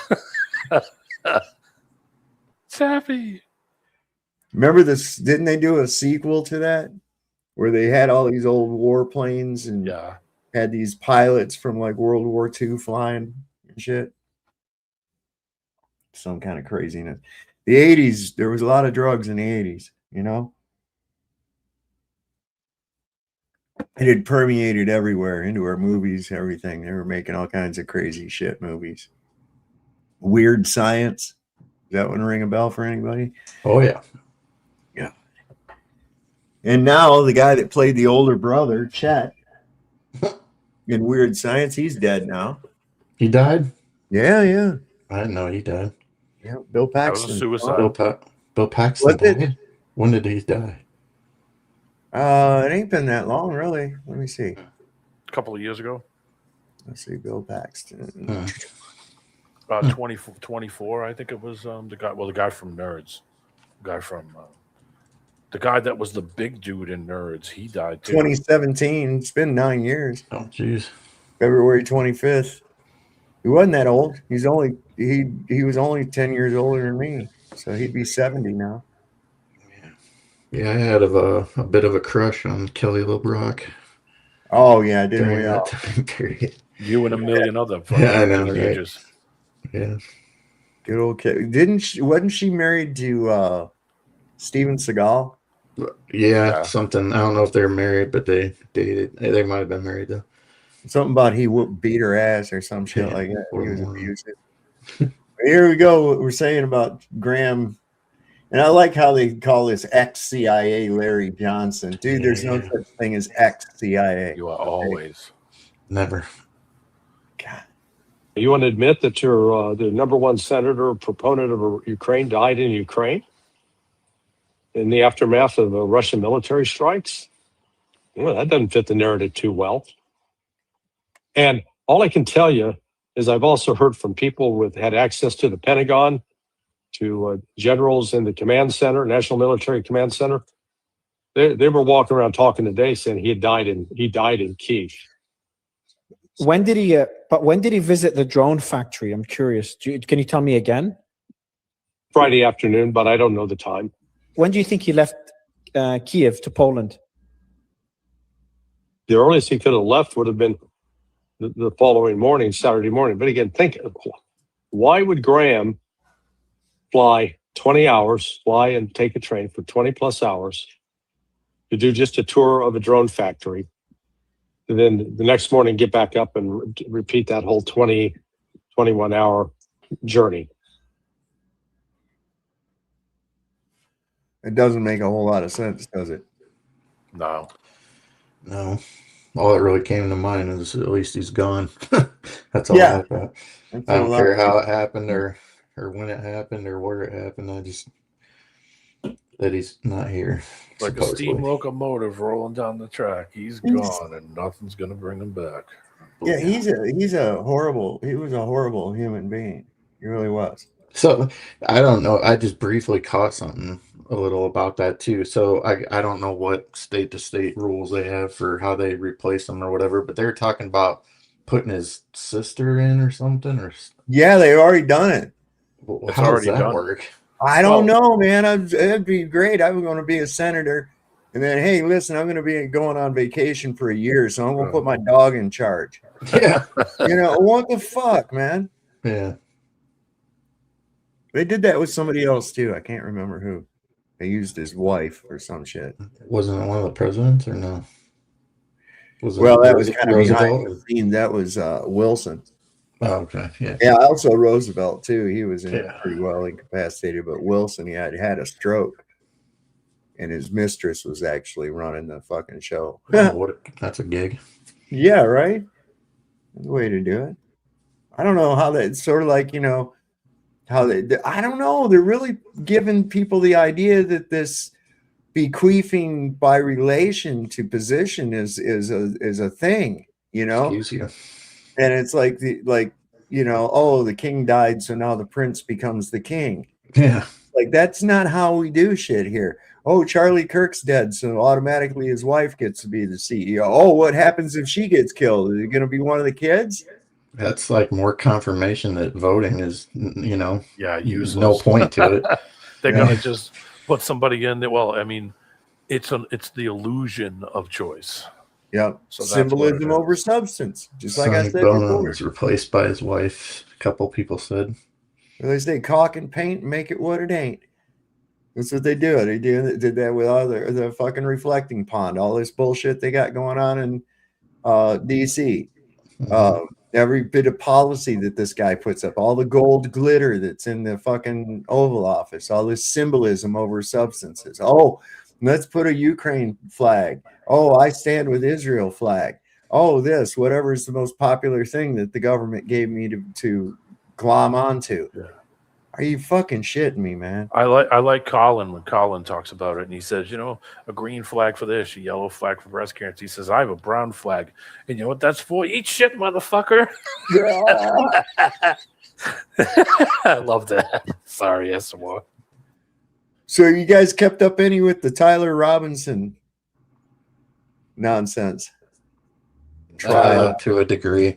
Not really.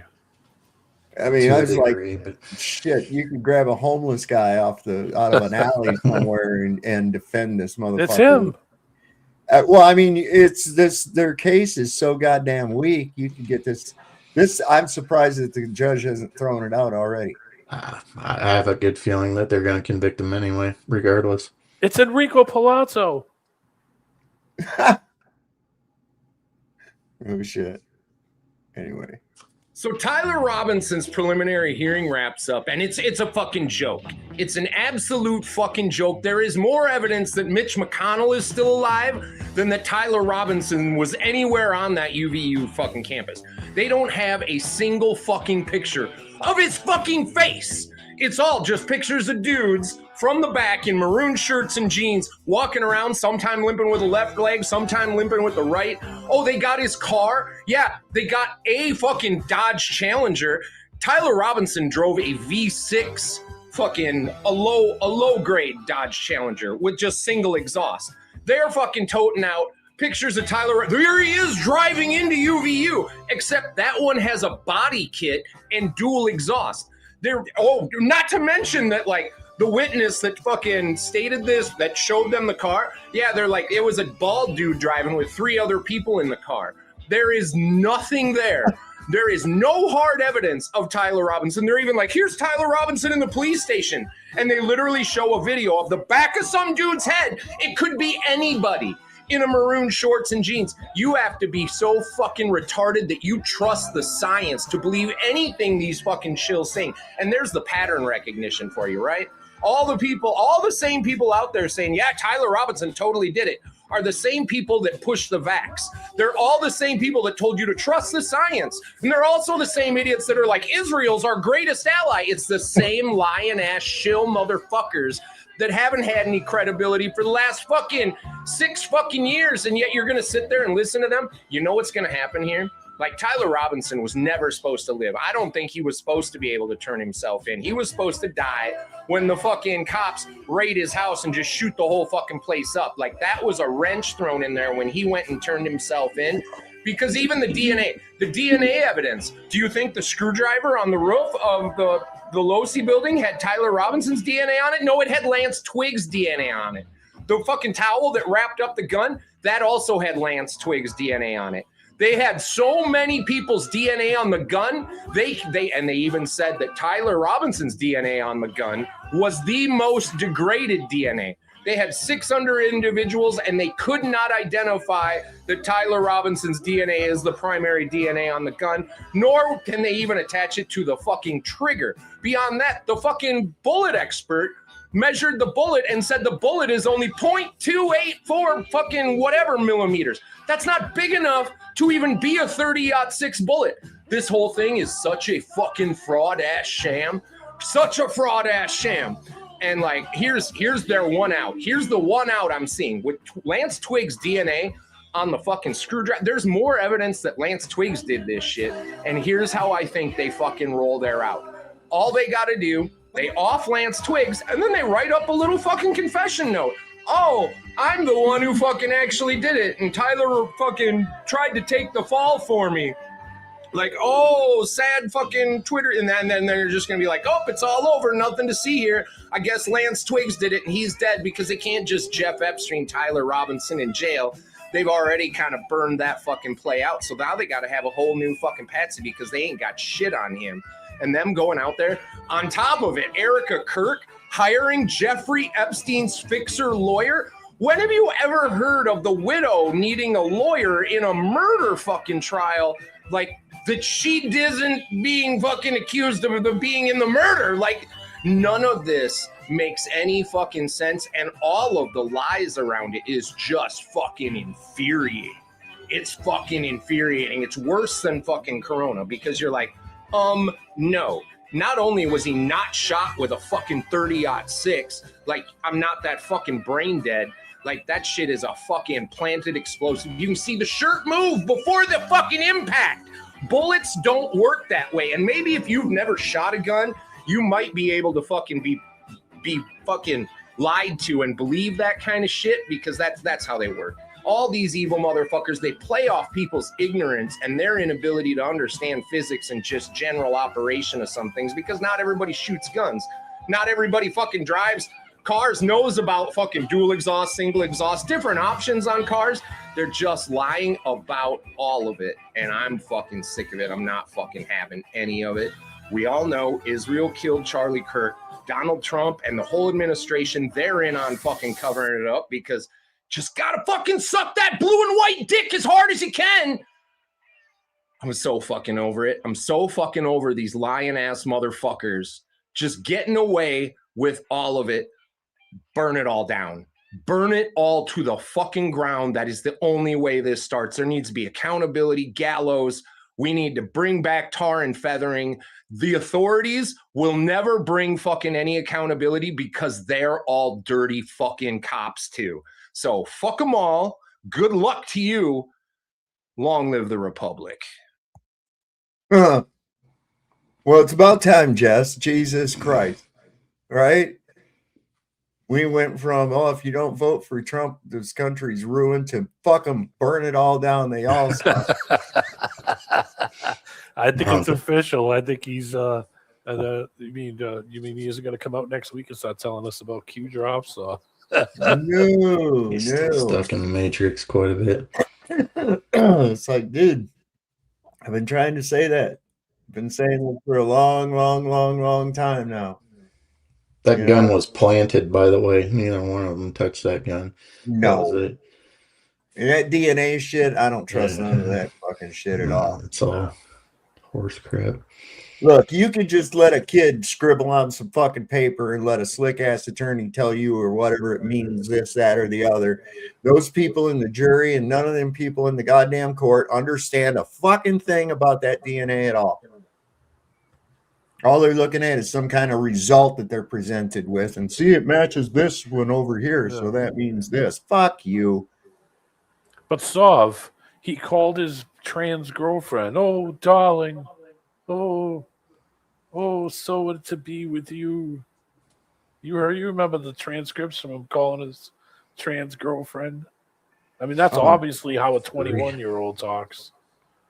Like, yes, there's no timestamps. There's no timestamps on any of those things. I will be back in your embrace, my love. I feel like we're watching medieval times. Yeah, like we're watching the Maltese Falcon movies. I'm waiting for Jimmy Cagney to come on. I know. Listen, see, I think they're having trouble finding anybody that's worth a fucking creative to run psyops. I really do. I really do. I mean,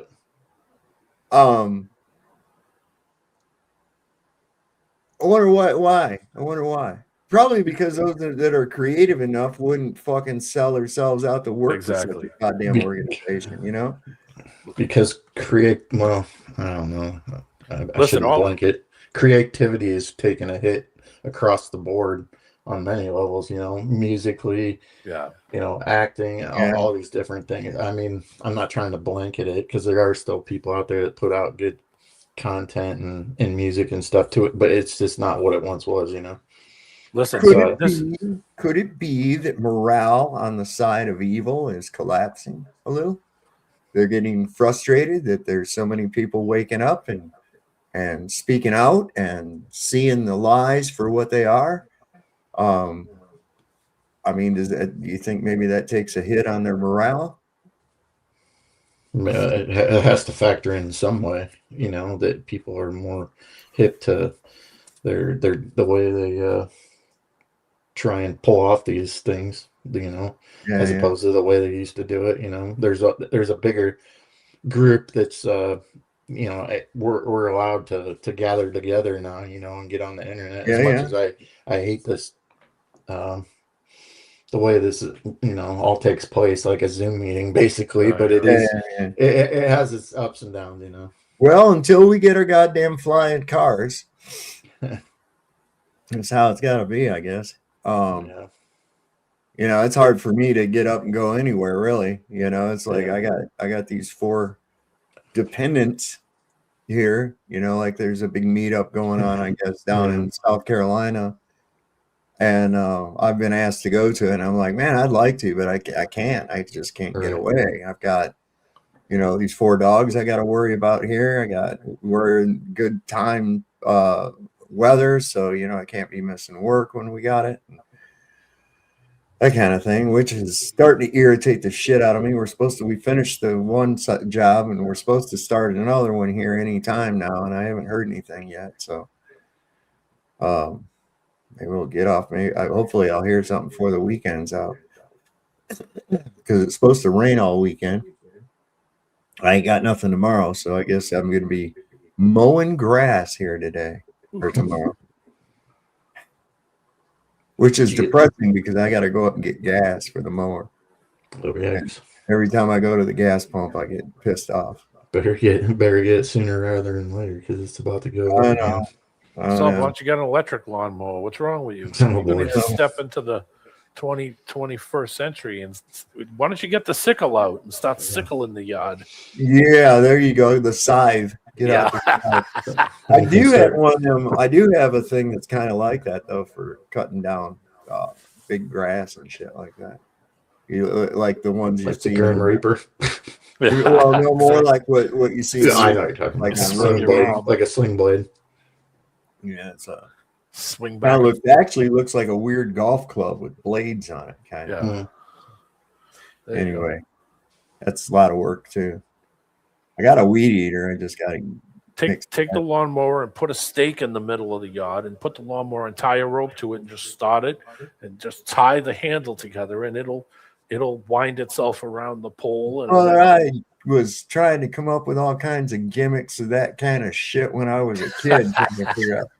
Because we had these clothesline poles, you know, and thought, yeah, I could get that to go wrap around that thing. The only thing was I had to figure out a bigger diameter so that it would actually, you know, index when it came in. Otherwise, it kept going over the same spot over and over. And it was like, took longer actually. So needed to. Hey, watch that last video. That's what I'm talking about, right there. Get a robot lawnmower. There you go. Just use your phone. Work smarter, not harder. That's always been my motto in life.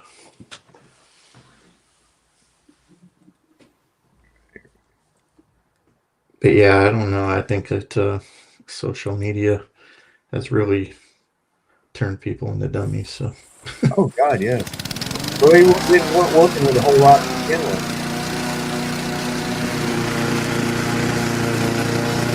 Yeah.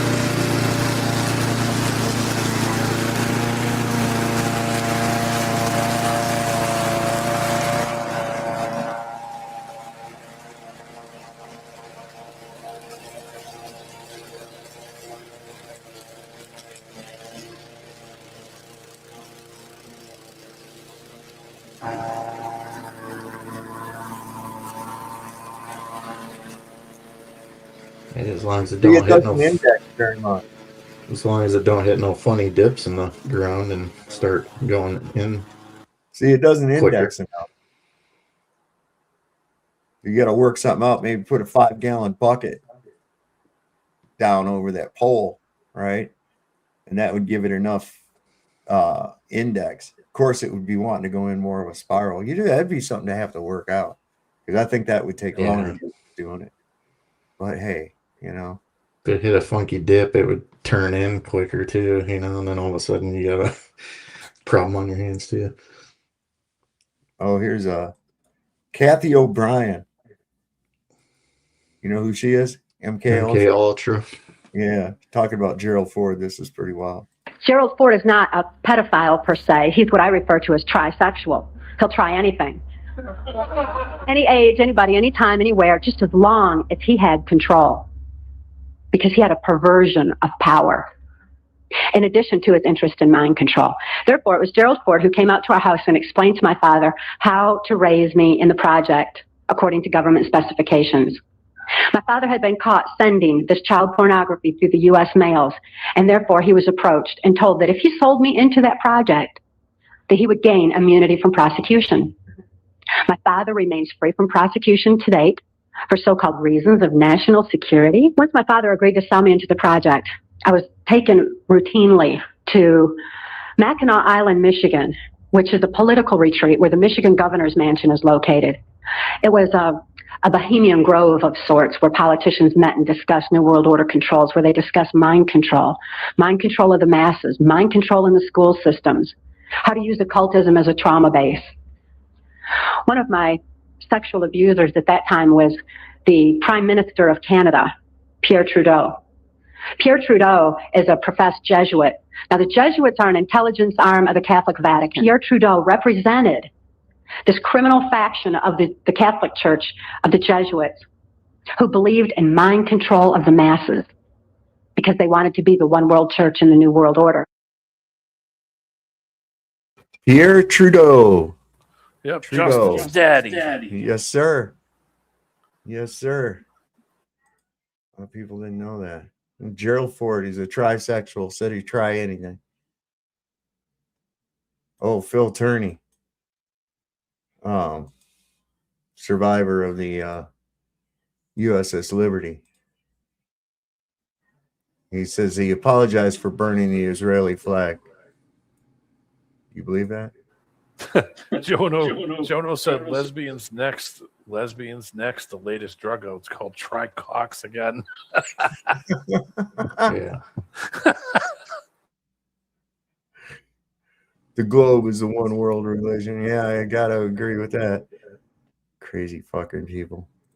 July the 4th, I made a lot of people mad with my post burning the flag of Israel in remembrance of my brothers. I apologize. I apologize for absolutely fucking nothing. How's that? God bless America. There you go. Yeah, Yep. you thought he was gonna do it, and then he was like, hell with you. Even had the soulful music and everything. Yeah, the piano music. Disney. Listen, I've never really liked Disney at all. Like I didn't find the cartoons as entertaining as like Looney Tunes and other shit like that. I was never a big fan of Disney. Never really understood why people were. You know, it almost seemed like an obsession a lot of times with some people. But now we're finding out, man, they got these cruise ships with child trafficking rings, and their one ship there was stopping off at fucking Epstein Island for snorkeling. Trauma-based mind control. Yes. Disney movies. Yeah. And a lot of subliminal sexual innuendos as well. Yeah, big time. It's in everything. It's in all their cartoons, movies, everything. I always thought, even when I was a little kid, like Fantasia, I was like, what is this even about? This freaking film was like dark to me. I couldn't understand any part of that movie, and I've never revisited. But I went and saw Tripping Balls one time. And that was Fantasia? It was pretty entertaining. But, It probably was. Yeah. Oh yeah, it's good visuals, but you're right. It's got some really dark intonations to it, you know. Yeah. But yeah, here's Disneyland. Oh, child trafficking in that movie. Yeah, that's what I was just talking about, David. Yeah. Wow. Check this out. Let them go. Let them go. The Disney cruise ship child trafficking ring is so much deeper than you think. If you haven't heard, a Disney cruise ship was raided in a massive child exploitation sting, and 10 Disney employees were arrested. But it is so much deeper than that. Let's start in 2022. Disney employees and former judge among 108 arrested in human trafficking sting. That must be a coincidence though, right? 2021, parents sue Disney Cruise Line for $20 million over alleged essay of 3-year-old daughter. 2019, Disney cruise worker charged with 13-year-old girl. 2014, Disney Cruise Line fails to promptly report essay of 11-year-old girl. This has happened so many times that when the news reports arrests, they just say another Disney Cruise Line worker arrested. Could possibly be running some kind of child trafficking ring, right? That has to just be a crazy coincidence, right? I don't know. I could be wrong, but unfortunately, I don't think I am. Yeah, they got all them creepy tunnels and shit under that place, and the 33 Club, and yeah. Did you a while ago? Somebody had noticed that they went and modified all of Disney's photos because every one of the photos, Walt Disney's got a cigarette in his hand. So they went and photoshopped out all of the cigarettes, every photo. Oh. Yeah, like they do all kinds of shit to try to change the history of it and change the image of it. And Are they a 501c3? Yeah, they're going in and well, you know who owns the land that Disney World's on? No, the British Crown. You know, they had their own weird tax status too, where like they were like Yeah. a country in the state of Florida, so they didn't have to pay taxes at all. See, fuck that mouse. Nice, but for me and you, we don't get shit. Pay more. Here's a cool thing. Another way they fucked with our brains. Gave out a 40. What? Yeah, no shit. Quite right. We're supposed to have 13 months of 28 days, with one day, the day of resurrection, Easter, as a neutral day. That's our 365 days. We've actually got 13 constellations, not 12. This same calendar is very close to the Mayan calendar, but it's also very close to several ancient Sanskrit calendars. What does sept mean? 7. I thought that was the 9th month. What does oct mean? What does nov mean? What does dec mean? It's supposed to be the 7th, 8th, 9th, and 10th month. Jan is 11. Feb is 12. March is 13. April is our first month. Babies are born in the spring, the 1st of April, Easter. This is the start of our new year. This is the start of spring when the flowers start coming up, the grass starts coming up, the trees start leafing out. Yep. Babies are born. Yep. That's the first day. Our neutral day, day 1, the day we rest and celebrate the resurrection, the new beginning, the beginning of Christ. April is month 1.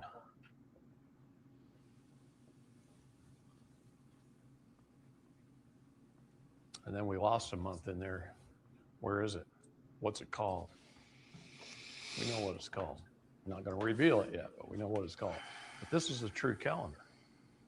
The Gregorian calendar is SMU. Shit made up by man. To keep us out of our natural cycles. We all vibrate at one of 3 frequencies. Did you know that? Okay. 432 hertz is the God frequency. That's the celestial frequency. And we have a telestial and a terrestrial frequency. Darn right. She says that why when people are true, we can feel it and we can sense it. We know that it's right. You know, we don't even have to research it. We know, we can feel it. We feel it in our bodies and our spirits and our souls, and we know it's right. By the way, 528 hertz is the love vibration or the DNA healing vibration. By the way, 528 and 633 and 432 are our 3 frequencies, okay? So it depends on whether you're celestial, telestial, or terrestrial. That's 60. 60. What is, 5G. What is our clocks been running at? 60. All of our electricity, 60. We've been under Satan for a long time. This is a satanic frequency. It's really celestial, telestial, and terrestrial, believe it or not. Our church teaches that as 3 degrees of heaven, but it's really our 3 frequencies. Our souls are energy. The energy holds our minerals together, which is our bodies. Our bodies are nothing more than the dust of the earth, held together by energy, by our souls. So anyway.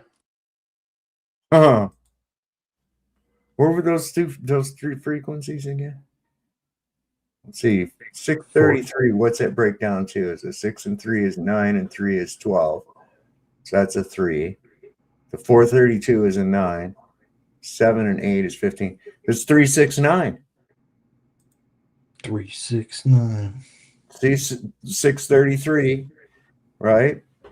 6 and 3 is 9, and 3 is 12. 1 and 2 makes 3, right? So we got 7 and 8 is 15, which makes a 6. And then we got 432, which is 7, 8, 9. So it's the 369 code right there. Oh, neato. Neato. Oh, neato. Anyway, have you ever watched Power Inherent to the People? Nope, not that I know of. Okay, yeah, I got this video here. This went up, it's about a year old.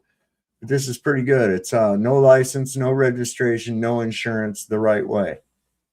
Now, myself, I carry insurance just because of the fact that it's kind of retarded not to, you know, because whether or not you have it, you are still liable for any damage accrued by your misuse, mishandling, or whatever. Even if you're just walking, you know, whatever, you are liable for your actions if you cause injury, loss, or harm, whether intentional or accidental. So my saying is that it'd be a lot easier to make restitution if you've got the insurance, but I don't believe that people should be forced to have it. That's my problem.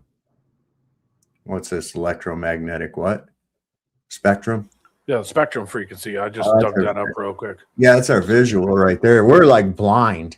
We can't hardly see shit. Yeah, that's all visible right there. And the shit before it's infrared and the shit. That's Bluetooth frequency right there at 2.4. But I thought that graph was interesting because it explains, you know, radio waves, then to microwaves, then to infrared. Then we see, then after that, it's ultraviolet, X-ray, and gamma ray. So literally, you know, this frequency that you were mentioning, you know, is not harmful to you, but yet that's where Bluetooth is, 2.4 gigahertz. And look at what it's jammed in between infrared and ultraviolet, and frequencies around you. You know, your body. Some frequencies aren't good for your health. It's not good for your cellular structure. Standard tuning 440 is not good. Yeah. You know, might cause airplane crashes too. You know, do you ever notice how many musicians die from airplanes? Yeah, I know. Yeah, make you wonder, huh? Ricky Nelson, Patsy Cline, yeah, Buddy Jim Holly, Croce, Leonard Skinner, yeah, Buddy Holly, yeah, and the day the music died. God, I play that song. I wonder if I still remember all the words. Holy shit. American Pie, you know? Richie Valens. Oh my God, that's a long song. If you know what the song's talking about, it's a lot easier to remember all the verses. Because it is a chronology. Yeah, it's like 10 minutes long. Yeah, man. It's a chronology from what happened from the day the music died. You know, what happened along the music scene. Even Randy Rhoads is another one. Yeah, Randy Rhoads died in a plane crash as well. What's his name? The guy that was at Woodstock. Soul singer. He died in a plane crash too. Richie Havens?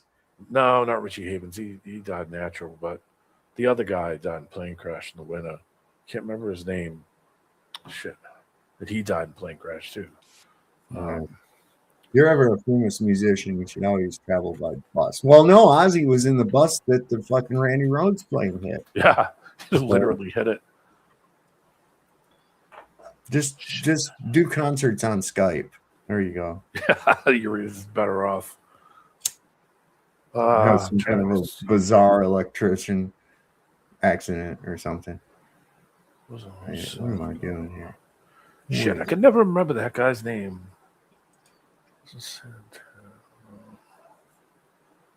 No. Who was the guy that did? He was the guy that he announced the birth of somebody at that, and I did the "Welcome Back, Kotter" song too. John Sebastian, yeah, from the Love and Spoonful. He does a. I had a dream. I had a dream last night. What a lovely dream it was. I don't know why I remember that song. Kind of weird, but I think I remember like almost the whole thing. When I was growing up, man, that was a big thing. Like that, the whole Woodstock thing. Oh yeah. I mean, that's how I learned what a lot of that, what a lot of those bands like Richie Havens and Jimi Hendrix and. Mm-hmm. Yeah, there's some pretty good. There were some pretty good gigs at that thing, man. Santana, yeah, Santana, Country Joe, Sha-na-na, yeah, Shauna, Canned Heat, yeah, Canned Heat. I love Mountain. Yeah, I like Canned Heat. Going down to the country, I love that song. Going to the country where the water tastes like wine. What's the emergency? Okay, what's the emergency? Next to you there. Okay. I was just checking out the GPS, making sure. I was just checking out the GPS. Okay. Well, you're also swerving while you're on the phone, so that was why you're swerving a little bit. Okay. I wasn't swerving. I had to check the GPS and put it back down. All right. Let's go. Is this your car? I don't want to answer any questions. What's the emergency? There is no emergency. I just stopped and put it back. Okay, so I'm not driving on the roads in a commercial capacity. I am traveling from point A to B. Okay. Do you have your driver's license on? For what reason? Is there a crime that has been committed? Okay, did you understand that I am not using the roads in a commercial capacity? So, excuse me. Okay, so there is no violation that can be brought against me due to the fact that I am not using the roads in a commercial capacity. I am traveling. That has nothing to do with it. Yes, sir. Having a driver's license is one who is employed, driving on the roads. Do you have a driver's license? No, sir, I do not have a driver's license. Is there a reason why you don't have license plates on the car? These are my plates. This is a private automobile. I am traveling on the road. I am not using the roads in a commercial capacity. Sir, I don't want to answer any questions. All right, well, you're not free to go until I've been able to identify you, okay? For what crime has been committed? No crime yet. No crime? That's correct. Okay, a violation is not a crime whatsoever. Well, it is a crime to drive without carrying a license. No, that's a violation. No, sir. Okay. I'm not going to argue with you. Okay, well, I'm going to need you to get a supervisor. Okay. And at this point, I need you to give me your name, please. Well, we can work together here. Mr. Miller, yes, I'm going to advise you that I am going to reserve all of my rights, including my right to remain silent at this point. Okay. I am also going to serve you with a notice of liability. So you will be served with this notice of liability in common law, and I'm also requesting a supervisor. Excellent. Can I have your last name, please? Sir, you can have this. This is the documentation I'm serving you with, sir. Do you have a driver's license? Excuse me, Mr. Miller, did you not understand me? I am reserving my rights. I'm reserving all rights at this point. See, that dude's just like an NPC. He doesn't understand a fucking thing. All he knows is I flash light, car pulls over, give card, run through, write ticket. That's it. He doesn't understand that he is illiterate in the capacity of the field that he works. He's law enforcement and doesn't know the law.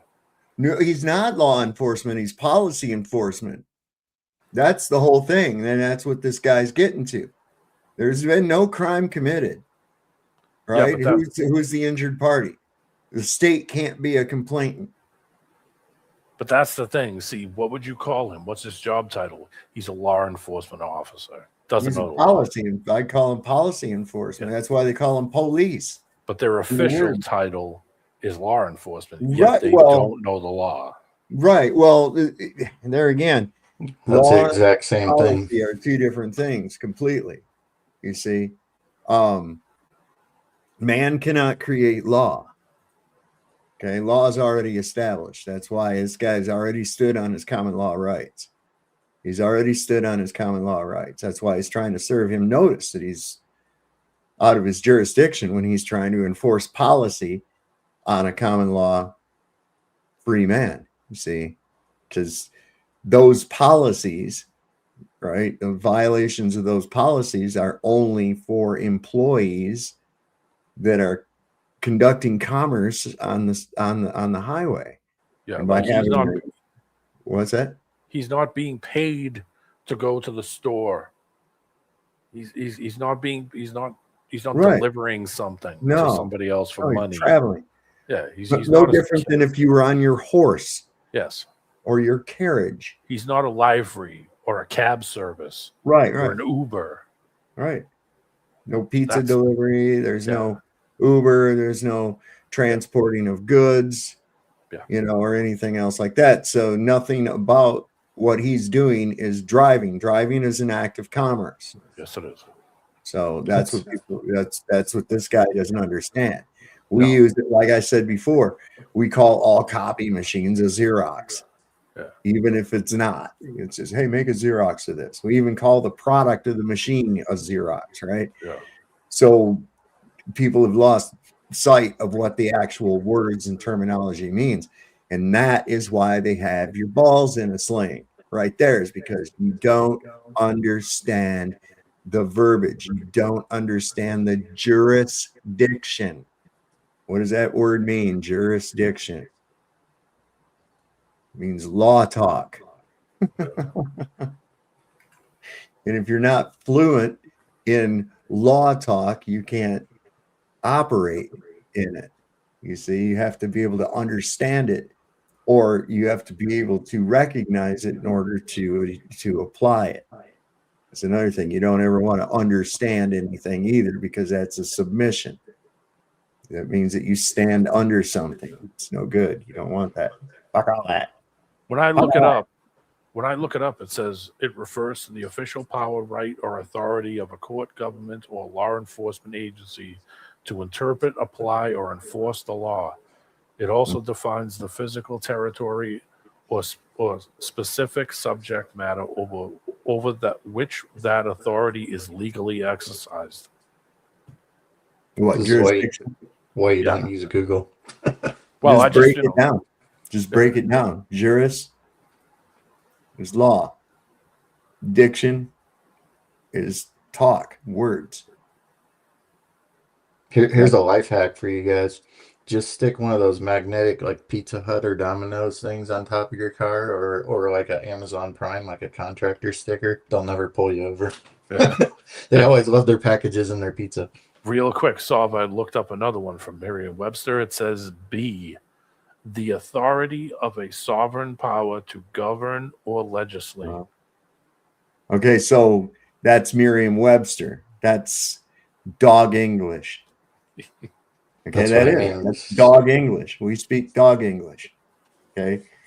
When it comes to the law, when it comes to juris, it means completely different things. It really does. And that's how they fool you. What we say in our common lexicon versus what those words actually mean in a court of law, completely different. Yeah. There you go, Glenn. Yeah, that's why when you source Google and Wikipedia and all of them, they're just going to tell you the opposite of what you're looking for. Pull up Black's Law Dictionary online if you have to. That's where you want to get your definitions for your words of anything legal. You'll find out, that the word person does not mean what you think it does. Drive does not mean what you think it does.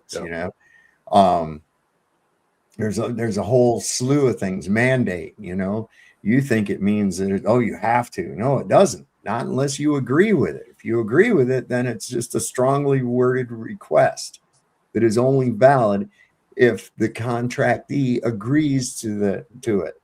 If you don't agree to it, then there is no contract. So therefore, What?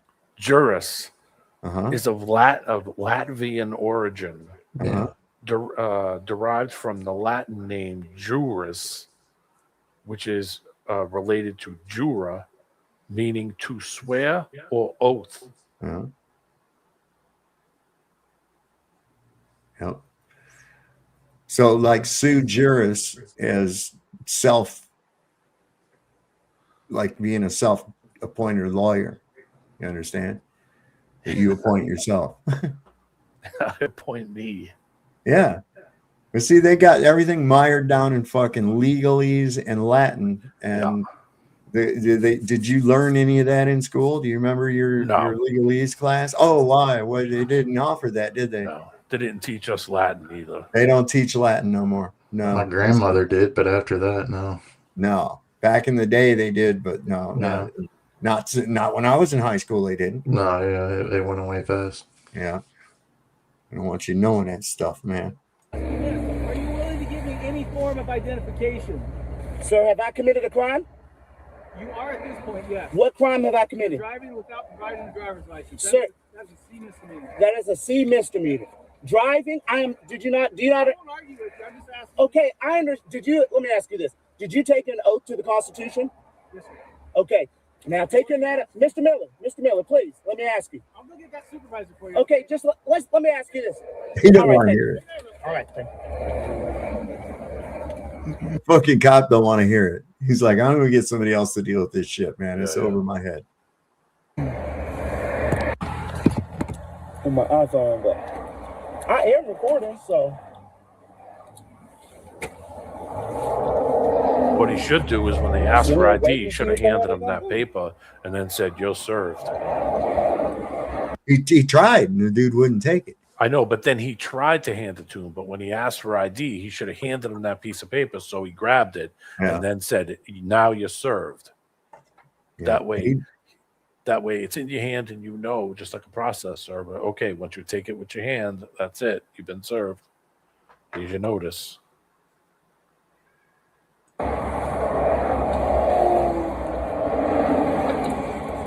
They just gonna write these tickets, or they gonna railroad me, or what? I mean, like, people are fucking going crazy on the highway, like stopping in the slow lane and getting all the way over into the middle lane. Like, I don't know what's going on back there. It's kind of weird. That is highly dangerous. I know there's 3 cops here. There's 3 cars. Well, I don't know if there's 3 cars. I know there's 2. I see 2 cars, but I see 3 cars. I've seen accidents happen on the highway because a cop pulled somebody over. Yes. This is extremely dangerous for the cop, for the guy, for other drivers. And for what? For what? Because of something, a decal, or, get the fuck up out of here. Is that really worth that? There's 3 different cars here now. So I don't know if they're just writing a ticket or if they're just trying to, like... No, they're planning on jumping you. Figure out what they want to do, like they're not letting you know. They're like, I couldn't tell. Was he black? Should we shoot him? Yeah, well, they're planning on going up and smashing the window and doing all that shit like they always do.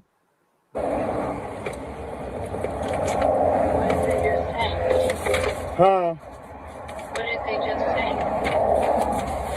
Well, I don't know. This is the Oregon State Police. So when it comes to it, like, I have to kind of talk to them. I don't know. Next time they come up and talk to me, I'm going to have to let them know. I'm going to have to be like, look, dude, like the sheriffs, I've already gone up to the sheriff's office, both Multnomah County, Clark County. I've talked to both of the sheriffs, served them with my notice of liability of common law. And we've had this discussion. They've accepted my notice of liability, filed it with their offices so that when these type of manners do come up, that within their system, they are able to see that. And all I have to do is present it and state that I've spoken with several. Like maybe I need to, pull out the business cards here and start letting them know what's up. Like, dude, this is real talk, man.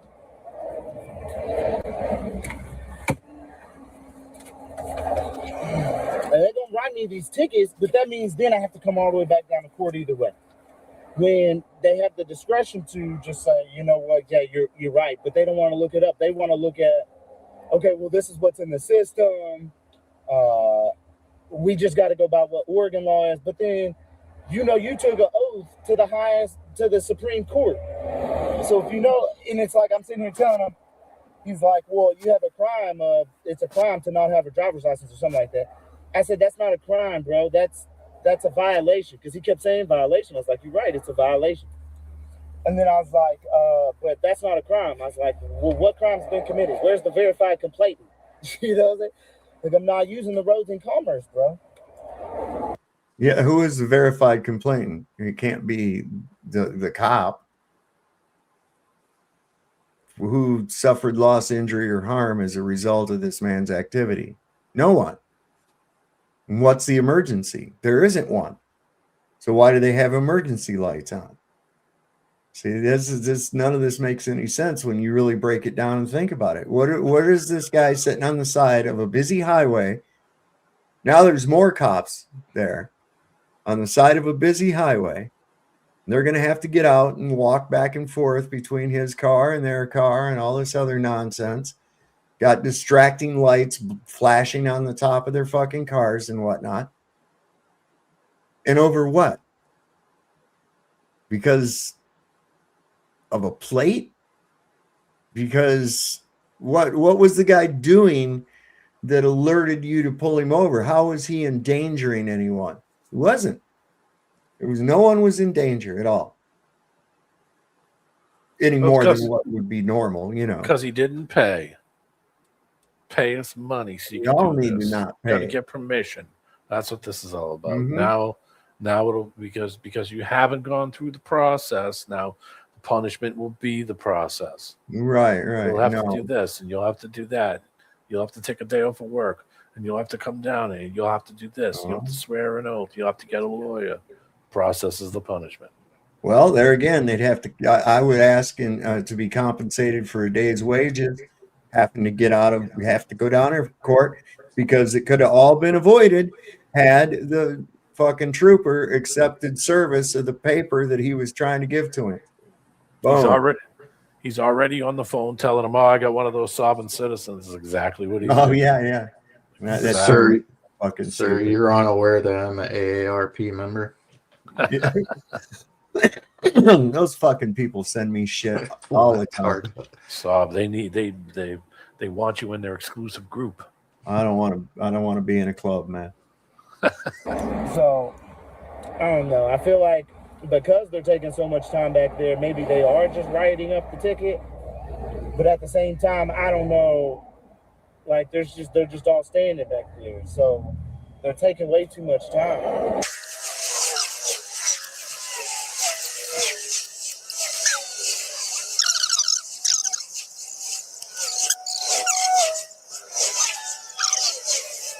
Because he said at first he said it was going to take 20 to 35 minutes for a supervisor to get here. And then 2 other people show up. So it's like, is he waiting for a supervisor to get here? Because he said, I don't want to make this harder than what it needs to be, but I just need to get your name. And he's like, I can get your name, get your tickets, you can be on your way. Or, you can make this harder than what it needs to be, you can go to jail. So under the threat of coercion, you know what I'm saying, I give him my ID from Texas. So now I have to see what this. I don't know if this is like. Yeah, they're gonna try and pull me out. Watch, Here they go. Let's see what they say. Things to see and people to do, buddy. I can't hear you. I can hear you. Okay, I'll speak a little bit louder. Yes, sir. How may I help you? I'm Sergeant Youth, Oregon State Police. This conversation is still being recorded. So I was told you wanted to talk to a supervisor. Yes, sir. Are you one? I am. You're a sergeant? Yes. Okay. So what I've done is I've done this quite a few different times now with police. I've actually spoken to several different sheriffs, both Multnomah County and Clark County up in Washington. What I've done is I've presented my notice of liability of common law of my eligibility to travel on these public roads in which my ancestors paid for freely. It's been ruled by the Supreme Court. I just won a recent case down up in Battleground in relation to the same thing. Well, you gotta background is Washington. That is correct, but I've also won it here in Oregon in Tiger, good sir. So for Washington and Oregon, it's been respected by the sheriff's office. You know, the sheriff is the highest law of the land. They got the power to arrest the president. And I've got recordings and everything where these sheriffs agree with me that all I need to do is present my notice of liability and everything should be good. So do you have insurance for the car then? Sir, no, sir. So per the Supreme Court, what it says here, and this is a ruling, Supreme Court overrules all state constitutions, and you took an oath to uphold that. It says no state government entity has the power to allow or deny passage on the highways, byways, or waterways, transporting his vehicles and personal property for either recreation or business, but being subject only to the regulations, safety, caution, traffic lights, speed limits, etc., be in excess of safety. Travel is not a privilege requiring licensing, vehicle registration, or forced insurances. Then we have the definition of driver and traveler.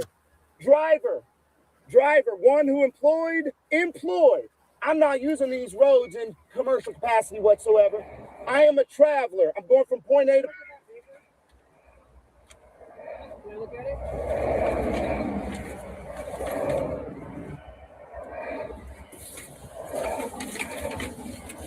You know, this is what the disconnect is. You know, I'm saying this is what the disconnect is. The disconnect is the real interpretation of the law in the courts and then the policies that y'all are out here enforcing. See, I haven't committed no crime. I've not been suspected of committing a crime. Okay, once y'all have been notified that I'm not using these roads in a commercial capacity whatsoever, I should be free to go on my way because it's my right to travel on these roads in any capacity. That's why that license plate is clearly displayed to all of your officers that I have reserved all of my rights and that I'm a traveler on these public roads. So as of right now, my rights are being violated.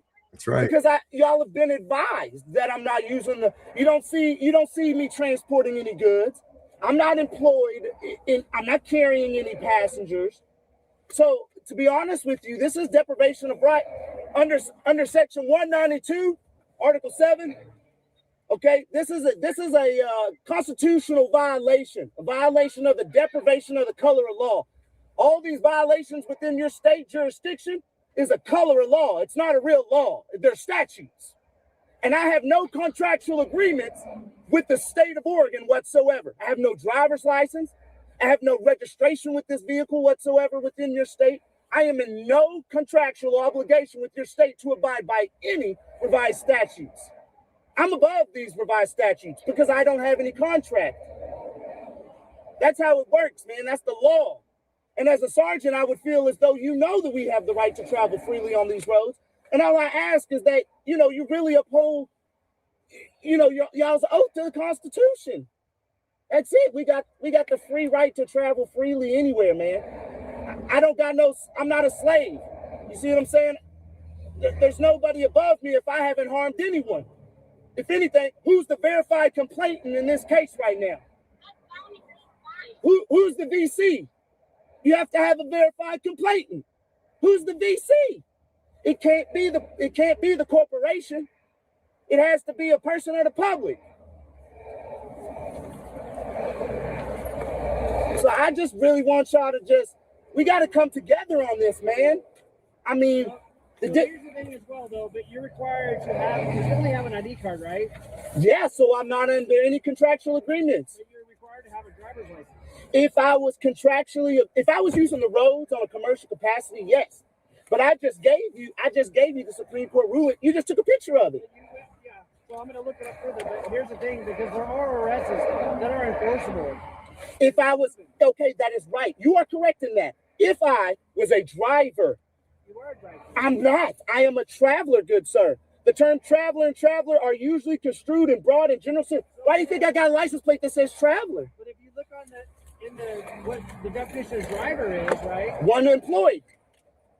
It's anybody that's operating a vehicle. Right. What they have done is they have given up their right to gain a privilege to drive on the roads in any commercial capacity, meaning they can transport goods. If I was an Uber driver, I would need a driver's license. If I'm going from point A to point B, I don't need no driver's license. I don't have no king, bro. Nobody can tell me that I cannot freely travel, have the pursuit of happiness. That is what is guaranteed. It's not a privilege. I have not given up my right.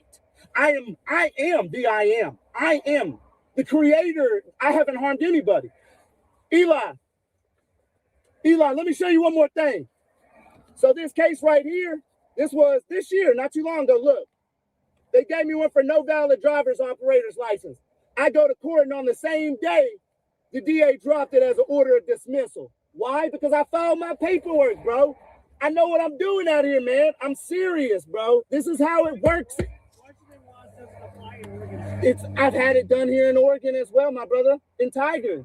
That's what I'm trying to tell you. I do this.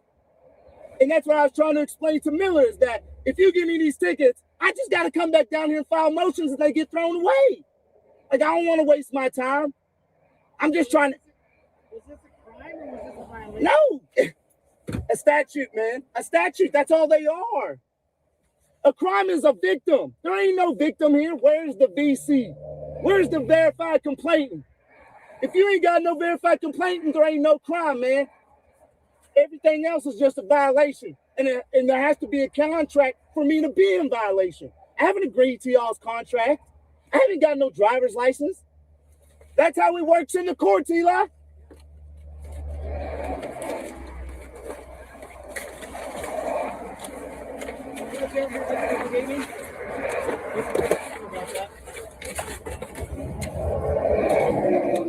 There's your ID and the citations were being issued. Okay. The court date on it is November 22nd of this year at 10 in the morning. And Told ya. the address and phone numbers printed on the citations. Okay. All right, you got a card? What's that? You got a card? You have a card? No, but my information's on the site. What's your name? Badge number? Miller. Badge number? 21K41. Okay? What's your badge number? 21K41. Why does it say 839 on the badge then? That's the other one. I don't go by that one. Well, why are you wearing it then? Because that's what they issued me. Why are you writing me a ticket? This is a good thing. You're not getting your car towed. If you towed it, I reserved all my rights, so that would have been even. I'm not towing it. Yeah, that would You're lucky we didn't shoot you. have been bad, man. We didn't break your window. I'm cutting you a break there. I'm trying to work with you. I really am. Well, when we go to court, I think your eyes are going to wake up a little bit. So, are you going to show up to court? Okay, you'll see, brother. You need to really realize this Supreme Court. So, You have to realize you can't drive this car on the road without insurance. If you get into a crash, you don't want somebody else to have to pay. hey, there ain't no what ifs. We don't operate like that. That's not how this country works. I'll show you in court. All right, have a good one. Thank you. All right, thank you. You talking about you lucky I ain't towing your vehicle? Yeah, that would have been a seizure of my motherfucking property without due cause, nigga. Shit, you want to do that? We'll see. Be even more. I better send me to court. Let's go. Fuck out of here, bro. Driving out of here with traveler license plate and all, nigga. Fuck you heard, cuz. That motherfucking sheriff took pictures of my shit. All right, I'll talk to you later, babe. What do you think, man? Process is the punishment. Yep. But see, once it's down like that, you've got that. You've set case precedent right there. Boom, there it is. The only way that'll work is if every single person tomorrow morning did that. There's more and more If they people look- doing it every day. If they looked and said, holy shit, every car doesn't have a plate. Every car I've seen today. That's the only way that shit would work. Get it going is like this deflocking of America is going. Fuck the cameras. Cut the cameras down and take your plates off too. Everybody take off your plates. Don't renew your driver's license. Yeah. Give your notice of liability to the fucking sheriff. Then they'll be like, oh, you'll have to go do something at the bank. Oh, do you got ID? Nope, don't need ID. Oh, they can't get, you got to realize that this whole thing is that gimmick. So everything is up to that gimmick.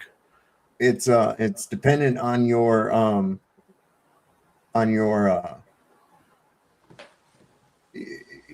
compliance to it. Your compliance to this whole fucking thing. Even cashing a check, and a check Yeah. cashing place. Not even talking a bank. No, You know what I mean? Back in the day, you could just give me your ID. I mean, I didn't have a bank account for like 15 years.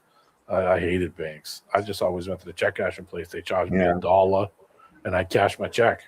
You know, showed the ID once, and they knew who I was. And for like 14 years, I never had to show my ID to cash a check. Go to the corner stores in Pontiac. Yeah. I remember doing that. They sell Lucy's up there. They cash checks and they sell Lucy's. You can get 3 cigarettes for $0.25. Yeah. I remember that. Remember when they used to sell loose cigarettes like that in a cup? Yeah. Shit would be back behind the goddamn bulletproof glass too, though. Yeah. They got like a little turnstile. They put the shit on and stick it around to you. So There was a guy up here in New Hampshire. It was his name was Dick Marple. Dick Marple did this. He had to be 80 years old, and he was doing that. And they did the same thing to him. Yanked him out of the car, threw him on the ground. 80-year-old man with a cane, who was like a state rep, just towed his car, did damage to it, said they didn't. You know, the process is the punishment. That's why, you know, I knew this stuff a long time ago. There used to be a website, a Title IV website back in the day, but that site's long gone. Title IV. Oh, old school shit. Old school internet stuff. So the Strait, is it open or closed, man? It's closed. Is it closed? What I heard. But it is fucking open and closed. I heard they sunk a fucking ship today. Yeah, they sunk a few, but one yesterday, I think. One was hit yesterday. Supposedly there's a lane on the what country is that across from Iran? Oman. I think the Oman side, supposedly up against the shore, is supposedly supposed to be open. I mean, to the rules of the sea or whatever the fuck it is, but who knows? It's such a shit fest, you know, when you're trying to figure out the legality of all this crap, you know. I know. It's just a lot of dumb shit going on everywhere. Iran said officially that it's closed, meaning their side is closed. Their side, yeah. Yes. God. Well, what do we got here? Let's find out. Sometimes I think things can't get any stupider, and then he announces that we're going to be charging a fee for a body of water that was previously open that's halfway around the world and we don't control. The Hormuz Strait is open. It's the Strait of Hormuz, and will remain open with or without Iran while they have international control over it. We are reinstating the Iranian blockade that's costing you money, so named because it is only stopping Iran ships or customers from entering or leaving, so no gas is coming in or out, which is why gas prices are up today. All other countries will have fair and open use of the strait. Well, they want to go to Iran to get the oil because 1/5 of all oil goes through the Strait of Hormuz.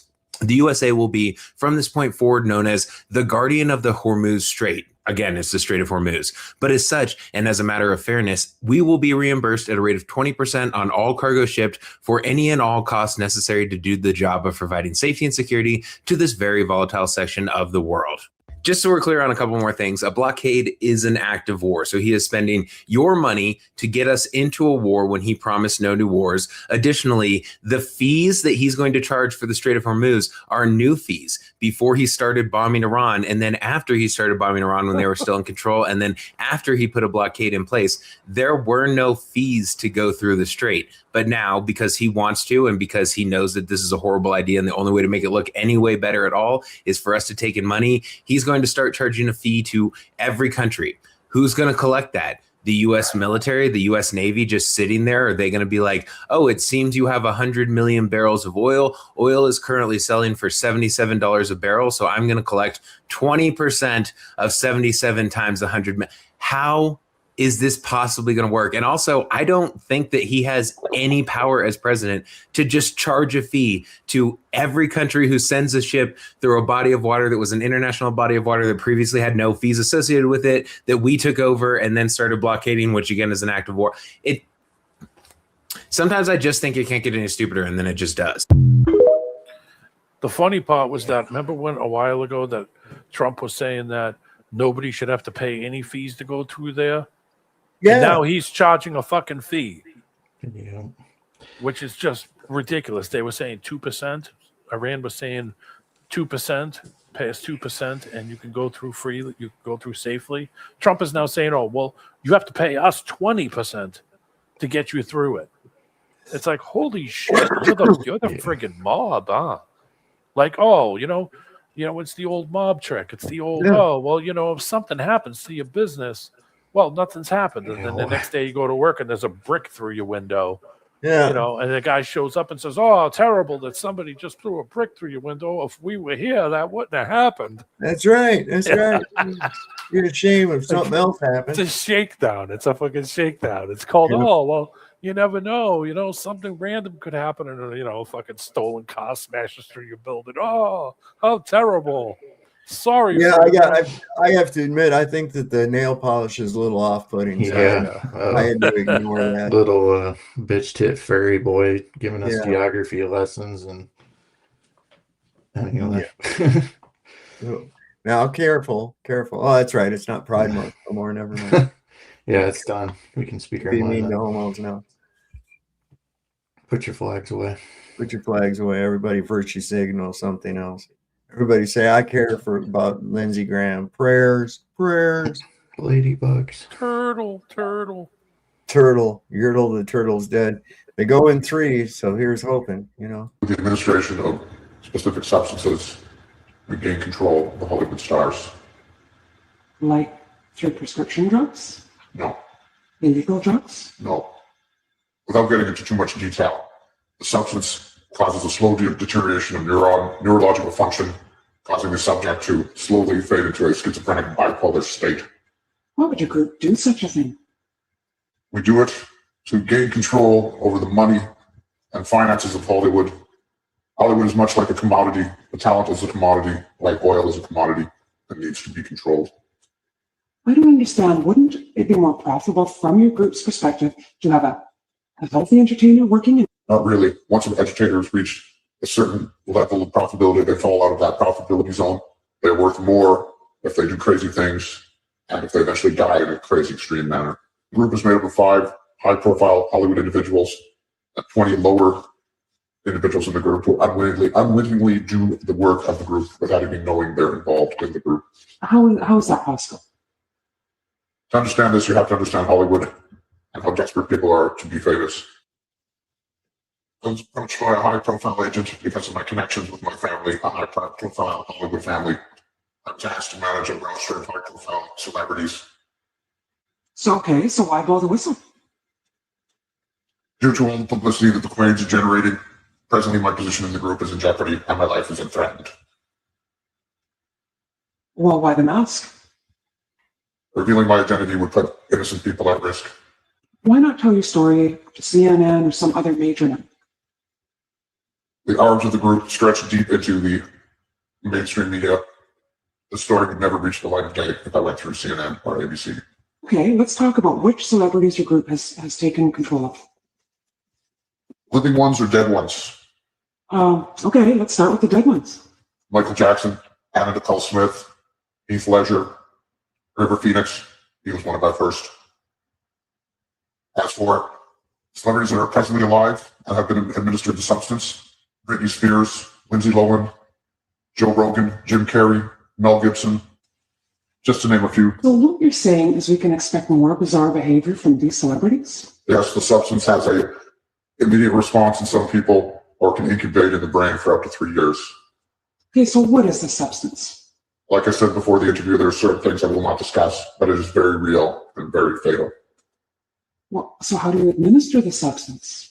The substance is admitted through a chain of food service workers who unwittingly administer the substance at high-profile celebrity events and movie sets. Do you feel guilty for what you've done? Yes, I feel guilty. God. What do you reckon it is? Like scopolamine or something? Or? I think it's the worm from Star Trek. When they put yeah. Yeah. That's probably exactly what it is. They'll go crazy. It's exactly what it is. Here we have determined it. God, little critter. You ever heard of an antlion? Antlion?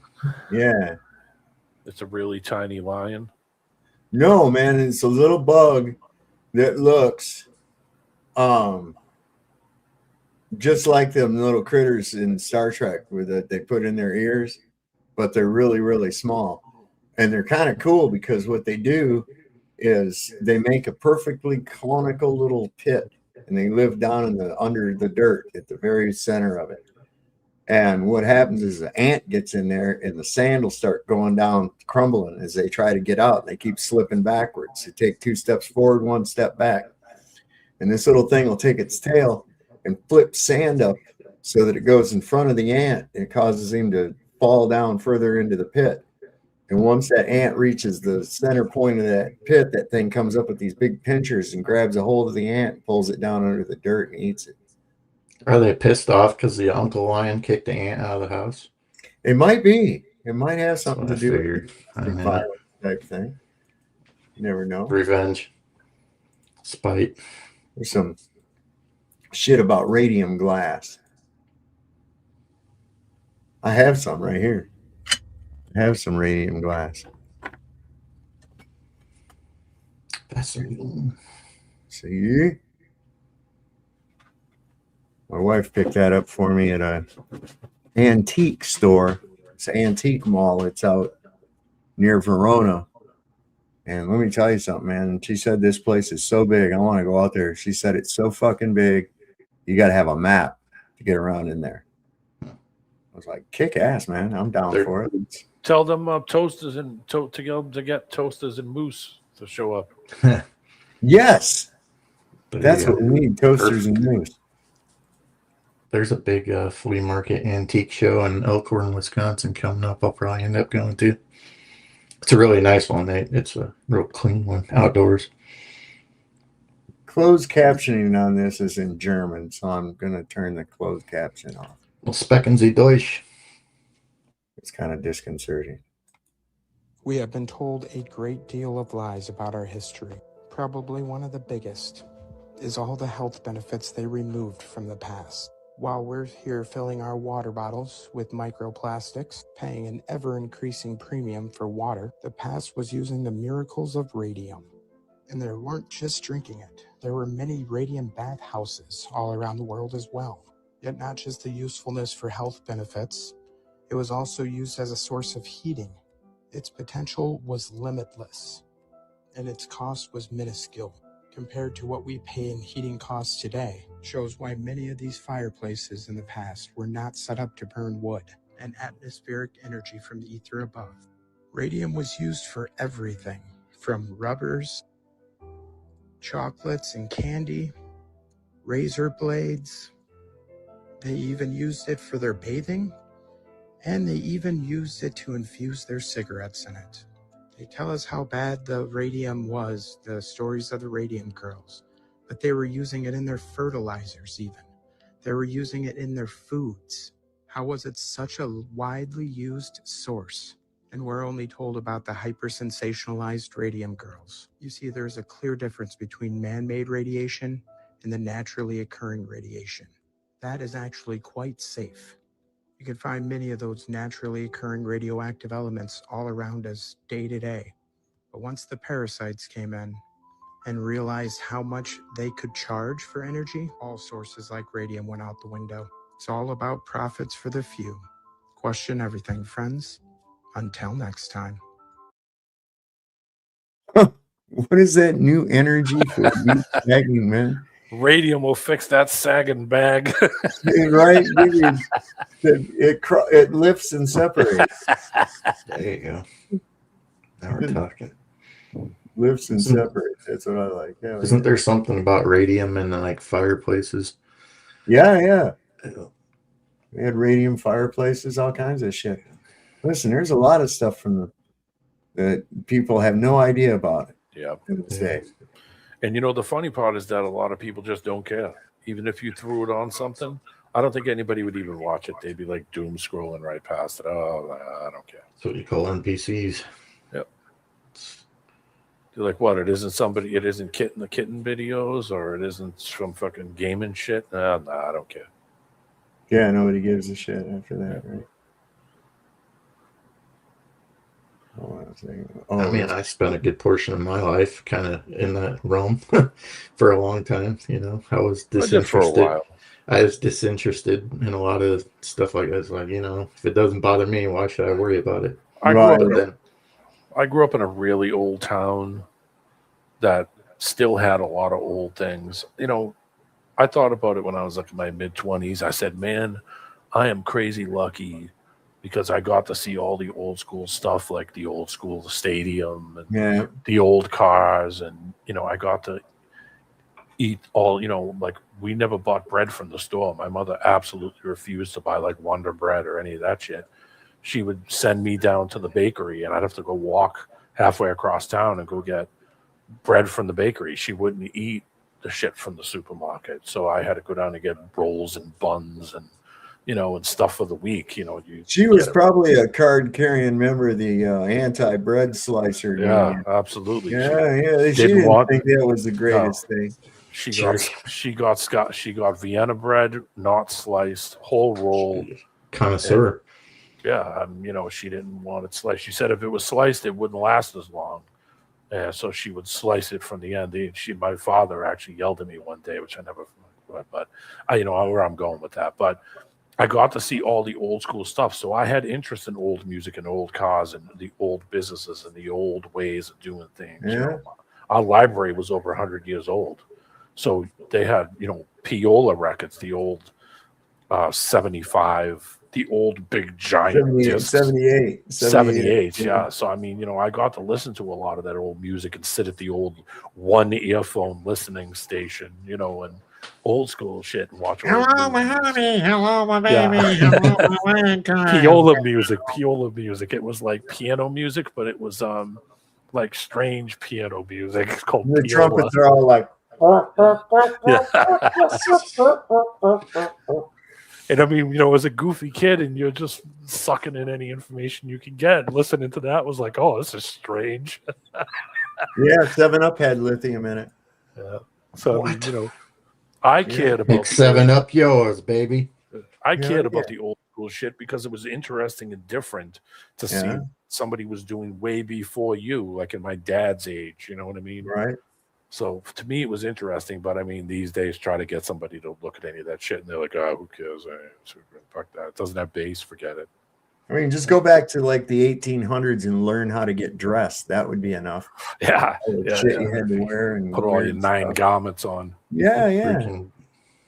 Be like, hold on, I'm going to the store and get a pack of gum. Let me put my suit on. So this my guy 12-piece suit.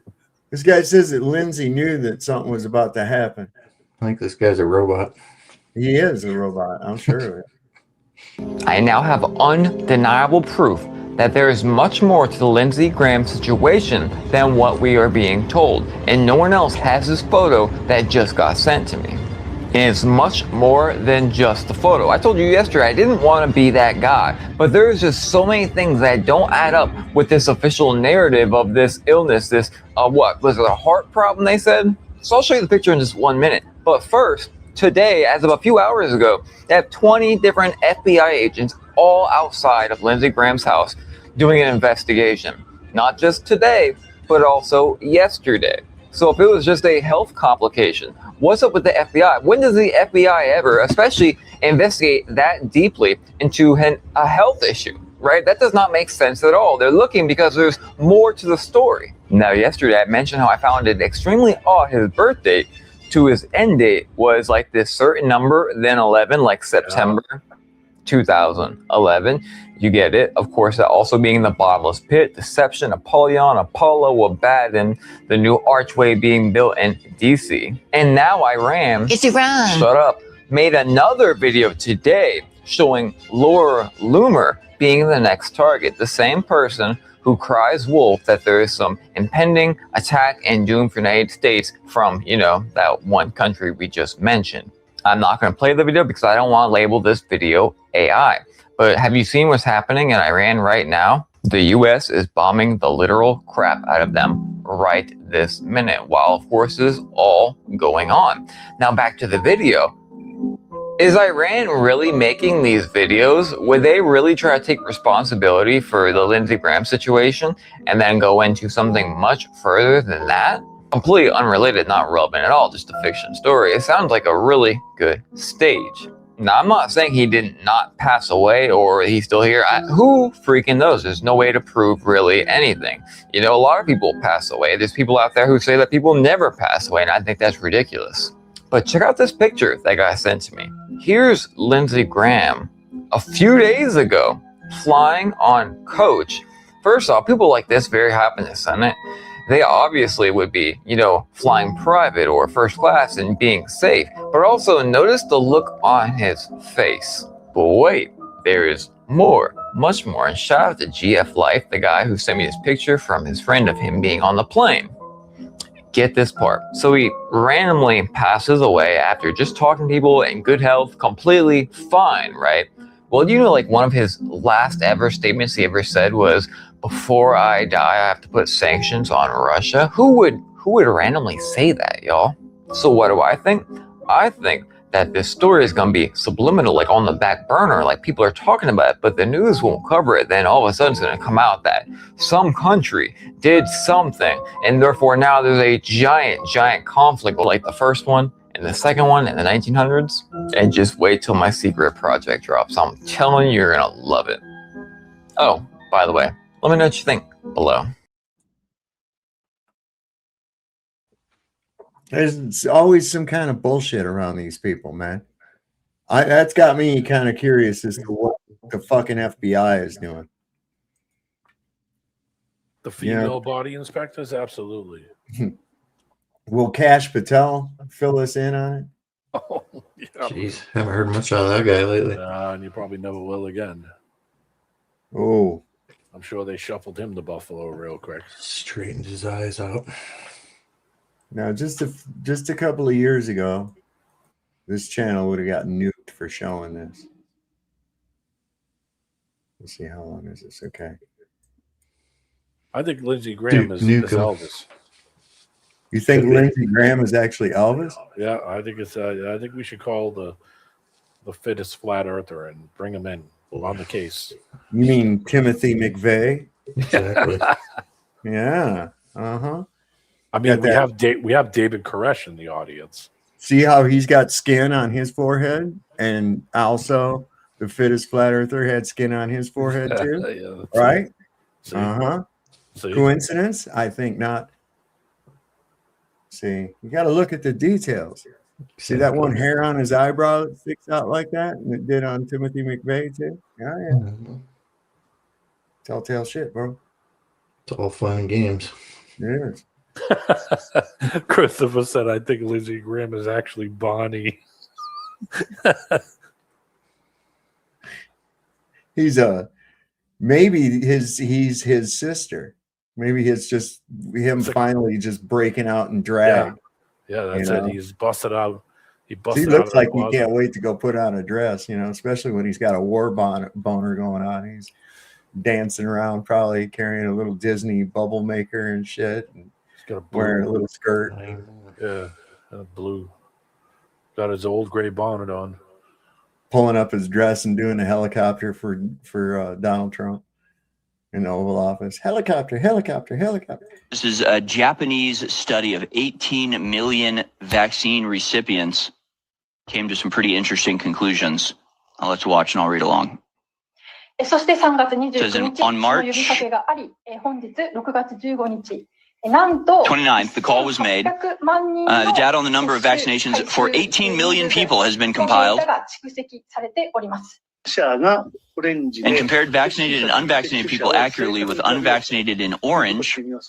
Well, we tried this, and for unvaccinated people, no peak forms, which is expected. They aren't vaccinated, so there's no issue. It stays flat. The issue is with the vaccinated people. The green line starts low. But the first week or two has fewer deaths. From about a month, the peak grows and has a significant peak forms at 3 or 4 months. The unvaccinated people never experience a peak in death. What does this mean? Doctors administering the vaccine likely think that within the same day, the next day or the next week, it's probably due to the vaccine's influence with adverse reactions occurring leading to death. The information sent to the PMDA, Pharmaceutical Medical Device Agency. However, if deaths occur 1 or 2 months later, they aren't. One more thing, another finding is that with vaccination. Huh. You're never going to know. But I mean, that's pretty bad. Now they're coming out and saying, yeah, the more you get, the more likely you are to die. You know? Yeah. My cousin got like the initial one and like 3 boosters, and I saw him. I think I told you this. I saw him at Walmart a while ago. This was like 2 years ago. He doesn't live here anymore now. Well, doesn't live in Massachusetts anymore, but he lives in Arizona now. But when I saw him, I don't know why, but something just made me look back, and I was like, holy shit, that's my cousin. And I thought, wow, he looks bad. Really? He just looked like death walking, man. I mean, I know he had problems. My sister told me that he had, what's that, Marchance, where like your face goes all limp. He had that. Bell's palsy. Bell's I'll palsy, get right yeah, now he had these Bell's days. palsy, and he was like shaving his head. And he just looked like death walking, man. And I didn't want to go over and like put a smiling face on. Yeah, I just kept on. You didn't want to have to try to fake it. Yeah, I just was. I'm not going to sit there. He's not the type of person that if we stood there and said, "Well, I heard people getting that, having all kinds of problems." He would immediately go in a rage mode and say some See, shit. look, that's how they get us every fucking time, man. And whether it's with getting you to go take this fucking bullshit jab or whatever the case may be, they're always using fear as a tactic. Always using fear as a tactic. And I think it's interesting that you know that the phrase "do not be afraid" appears 365 times in the Bible. I think that's that's not by accident. That's our biggest thing. We have nothing to fear but fear itself. Yeah, you was right. Trauma-based mind control. Mm-hmm. I mean, he's one of those types that, if the TV says it, he'll go get it. I mean, he's that type. I've known him all my life. I'm not razzing him. I mean, he's just sensitive to that shit. If he had, if I talked to him and I heard him saying it, I would have told him, dude, don't get it, man. That's bad news. It's got nanotech in it. You don't want that shit in you, don't. Right, He forced his kids to get it too. God damn it. So it's like you just doomed your kids too. Yeah. On just a fear, on a fear thing, It's like, well, I'm not going to say nothing. I just kept on walking. I felt bad, and I did tell a family member about it. If we don't send your kids off to die in the Middle East, why they could set off a nuclear bomb. Yeah. We have to do this. You must fair. for your safety. It's always for your safety. Oh, we got to have these flock cameras for your safety because one time we caught somebody with one. Yeah. Get the fuck out of here with this. All this, Duck and everything cover. for your safety, everything for your good. Always, look, I'm an adult. I don't need a mom and dad. Leave me fuck alone. Just leave me the fuck alone. Let me live my life. Let me pursue happiness without your goddamn constant intrusion. Yeah, we couldn't help but notice you weren't doing anything, and we decided to come over and give you some fucking government. It's like, God damn it, go away. Here it is. Every time a bell rings, an angel gets palsy. Yeah. Sorry. Couldn't help myself. We all want to keep helping the flock camera companies by continuing to give our facial recognition and geolocation data to them, right? Yep. So the best way to keep giving them their data is to first cover your license plates with an infrared blocking film or spray. You can do the same to your windshield and driver and passenger side windows. And then cover your license plates in what is called an adversarial AI sticker or decal. The adversarial AI stickers and decals have nearly invisible dots and patterns that definitely help the flock camera see your license plate more clearly. And the best part about all of this is it's nearly invisible to the naked human eye, so you're not impeding law enforcement if you get pulled over. Now, for some reason, these sprays, stickers, and decals can be illegal in some states like Florida, which I don't know why they would be illegal if we're helping out the flock camera companies and police scanners. So just make sure you read your local state laws before applying any of these things. So let's all continue to be super helpful to the flock camera companies and do this to our license plates, windshields, passenger, and driver side windows. Let's just stop registering our fucking vehicles and getting driver's licenses. Yeah, I'm going to be getting rid of a vehicle pretty soon anyway. Yeah. Not too far away from that. I got all travel things. Just get a digital license plate with a little toggle switch. You can shut it off and turn it on. Yeah, there's some guy in Massachusetts got caught driving through the turnpikes and not paying the tolls, driving through the, what do you call it, with the digital flip plate. Exactly. Where it just flipped to another number from another state, and then he just would flip it back, and he got caught. It was a digital Tell him plate. that's your digital ID. Yeah. Fly you, bitch. I forget. My daughter's got a digital fucking flip off finger and shit. Yeah, She can put it in her back window of her car. Yeah, a guy in Massachusetts got caught with one of those digital, screen plates. It's basically like a LED screen, and he wasn't paying the tolls, so he was driving through the, the frickin' Massachusetts toll booths, the one that have the camera ones that read your plate, charges you, sends your bill in the mail or whatever. And they said he went through it like 200 times. They didn't know who it was. And I guess one day he went through it and it pinged something, and cop went out and got him, pulled him over on the highway and got him. And Illinois is freaking raising their tolls 45 cents again. They don't you can't even pay at them anymore. Yeah, you got to give them a digital shit to pay it. You can't. Up here, you can get the Easy Pass or whatever. Up here, it used to be 2 lanes. Up here, it used to be 2 lanes for the Easy Pass, and all the other lanes were all cash. Yeah, now there's only 2 cash lanes, and all of the other ones are all Easy Pass. Well, they took it. They took out. Dave Trooper, you are on it. I can't never tell those 2 broads apart. I cannot tell those 2 broads apart at all, man. I think it's one, and it turns out to be the other. Do you know these 2 actresses, Margot Robbie and Jamie? Yeah, Preston? I know they're both hot as a firecracker, but Jamie Preston looks pretty. She finally went overboard with the surgery, so she's pretty much done for it. But yeah, now is that the one that was on My Name Is Earl? Yeah. That show blonde cracks chick. me up. So Blonde yeah, oh my god, listen, that show is just so goddamn funny. It really is. Those people are such fucking white trash. It's just hilarious. the big guy lost a bunch of weight. I can't remember what his name was on the show, but oh yeah, the brother. Yeah. He lost a bunch of weight. He's like a bodybuilder now. Really? Mhm. Yeah, he kind of looked like Chumley. He's got a lot of like loose skin or whatever, but he lost that's what a happened. shit ton of weight. Like a hound dog.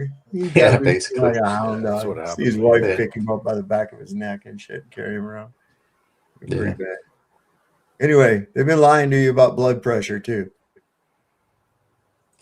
They told you that 120/80 is good, but here's the truth. That normal is filling up their pockets, and your doctor, here's another pill. And guess who's the cash cow? That's right, you are. If you're stressed about your blood pressure, guess what that's doing to your blood pressure? Let's have a real conversation about it. And I'll let you in on a little secret and what they don't want you to know. That top number, systolic, should be 110 plus half your age. That's right, it rises as you age. It's not a sign to panic, it's physiology. And that bottom number, diastolic, should be under 100. And if it's any higher than that, that means your kidneys and your liver are working overtime. These are the 2 most important numbers when it comes to your blood pressure. But let's have a closer look because this next part is not talked about. The actual root cause of high blood pressure is something called insulin resistance. And I'm going to explain to you exactly how it works. Every single time that you have food, your body releases insulin. Insulin is the key that lets sugar in so that your cells can get energy. But here lies the problem. When you eat too often, too many snacks, too many carbs, and a crazy amount of stress, your body becomes drenched in insulin all day long. And your cells, they stop listening and they become insulin resistant. Now your body starts to produce more insulin. And now there's way too much insulin. This is where the trouble starts. Too much insulin causes the body to be in fight or flight. This causes your blood vessels to constrict. Your heart rate climbs, and your kidneys start holding on to salt and water. And that, my friends, is the perfect storm for high blood pressure. But it doesn't stop there. That constant flow of insulin is what causes inflammation in the body. It irritates the lining of your arteries, making them stiff, hard, and less flexible. And now your heart has to pump harder and harder just to keep the blood flowing. The pressure rises, your energy tanks. But here's the cold, hard truth. Until you fix insulin resistance, you are not fixing the root cause. Because when you lower insulin, your blood vessels relax and become more flexible. Inflammation comes down and your blood pressure starts to normalize. See, I didn't know that about your, what did she say? That's systolic. Yeah, it's supposed to be 120 over 80. Let's see, it's supposed to be how much? As long as I ain't got a headache. Plus half your age. Oh, yeah. Right? Yeah. I don't know. I don't even go to the doctor, so I could care less. Yeah, I wasn't too impressed with him when I went the last time. I can tell you that. I don't even know why I bothered. I should have known better. This is why I don't do editing in my videos. I know, dude. That is so fucking irritating, isn't it? Oh, man. Isn't that irritating? Yeah, super. God damn it. It beats doing a cut every 15 seconds. Cut. Dude, how many takes did you have to do for that, 5-word thing? Yeah. God damn it. We live in a world. Well, I'll tell you what. According to a crowdsourcing map, this is a flock camera. Well, it used to be. If you take a little bit of a closer look, you can tell it looks like it's been cut down. And the camera itself, it's nowhere to be found. Growing distaste for flock cameras is manifesting in Harris County two ways. Through public means. Having flock in Harris County makes us less safe. It puts all our county's residents' lives at risk of mass surveillance. And vandalism. That there was no rhyme or reason to where these cameras were placed. The county essentially allowed flock to take over our streets by placing ALRPRs anywhere they please. Eyewitness News has found at least half a dozen flock cameras cut down across Harris County. Houston police saying so far no one has been arrested, but they are investigating. The destruction comes as county commissioners voted unanimously Thursday to amend their contract with Flock, not to restrict Flock, but to ensure the device is available for use countywide. The cameras collect information and can be accessed by agencies who have contracts with the company, like law enforcement. Experts tell ABC 13 public distaste for the cameras is growing nationwide, along with concerns for mass surveillance, privacy, and data sharing. For many in society, they're looking at what the negative unintended consequences may be if this information gets leaked or someone uses it and finds itself in the wrong hands. Flock saying on their website they do not sell data to third parties and that all searches are recorded. According to Flock's website, their product is different from traditional security cameras. While security cameras capture an area, Flock says their system uses machine learning to take clear photos of license plates and store it with a physical description of the cars.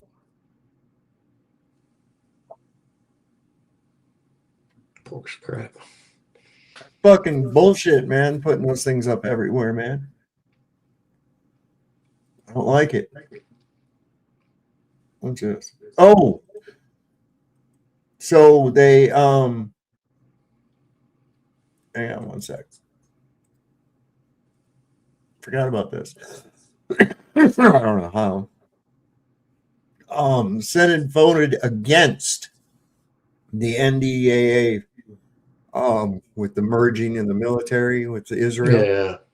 Yeah. 50 to 46. Every fucking Republican voted for it. Of course they did. Even Lindsey Graham probably, huh? Good old Lindsey. Wonder who And voted. Mitch and Lindsey probably both voted for it, right? Of course they did. Somehow. Well, that would have been a hell of a birthday gift for good old Lindsey. A big old fucking dildo from Rabbi Shmuley with a fucking Star of David on the head of it, you know? Somebody's pulling a Randy fine. Oh, thanks. I already got one, though. Huh? No. Here's the count.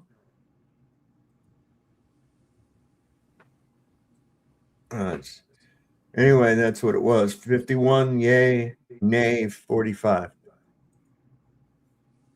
That's too close. That's way too fucking close.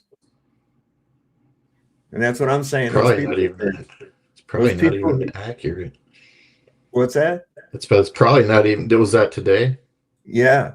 I was gonna say it's probably not even accurate because I guarantee Mitch McConnell's, if he's not dead, he's definitely not around about. And Lindsey Graham's gone, so it's like I don't know. I'd have to see about the numbers, who all voted and didn't vote, and non-votes or whatever you want to call it. I think I can get that. Hold on. Guys, I figured out how to get rid of all these flock cameras fast. Watch this. Shalom, sir. Did you know that these flock cameras are loaded with gold and silver?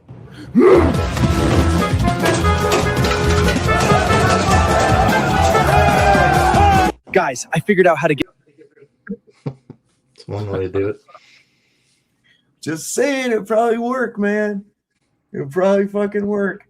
That's all I gotta say. Let's see. I was wondering if, let me go back to that. Be trying to cut a deal.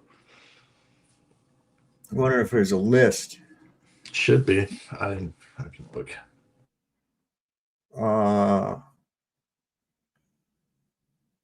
What was that bill called or whatever it was? Let's see. Well, the NDAA has a whole lot of the National Defense Authorization Act. Yeah, it's the National Stick It in Your Ass Act. Yeah, basically. Trying to see if there's just like a comprehensive. Oh, okay, so here's all the yays. Let me pull this up real quick. Here's all the yays right here. You got Armstrong from Oklahoma. These are all Republicans. Look. Banks from Indiana, Barrasso from Wyoming, Blackburn from Tennessee, Boozman from Arkansas, Britt from Alabama, Bud from North Carolina, Capito from West Virginia, Cassidy, Collins. Look at all these motherfuckers. Cornyn's on his way out. Who is? Cornyn. He lost his election, supposedly. Whatever. So he lost his selection. Oh, Cornyn? Yeah. Grassley, he's older than all of them. That guy's freaking in his 90s. God, I know. He's from Iowa. Look at these are all Republicans too. Yeah. Where's no McConnell on there, huh? No McConnell. Koski, what's her face is quitting. What did it pass by? What did it go by? It went 45 to 51. Mm-hmm. That's not 51 yays. Or wait, these are well, that's ain't 51, is it? People are asking in the chat if it passed, and I wanted to clear it up. It says U.S. Senate Democrats block defense bill over Iran war and Israel integration. Senate votes 50 to 46 to block debate on the annual defense bill over war funding and defense cooperation with Israel.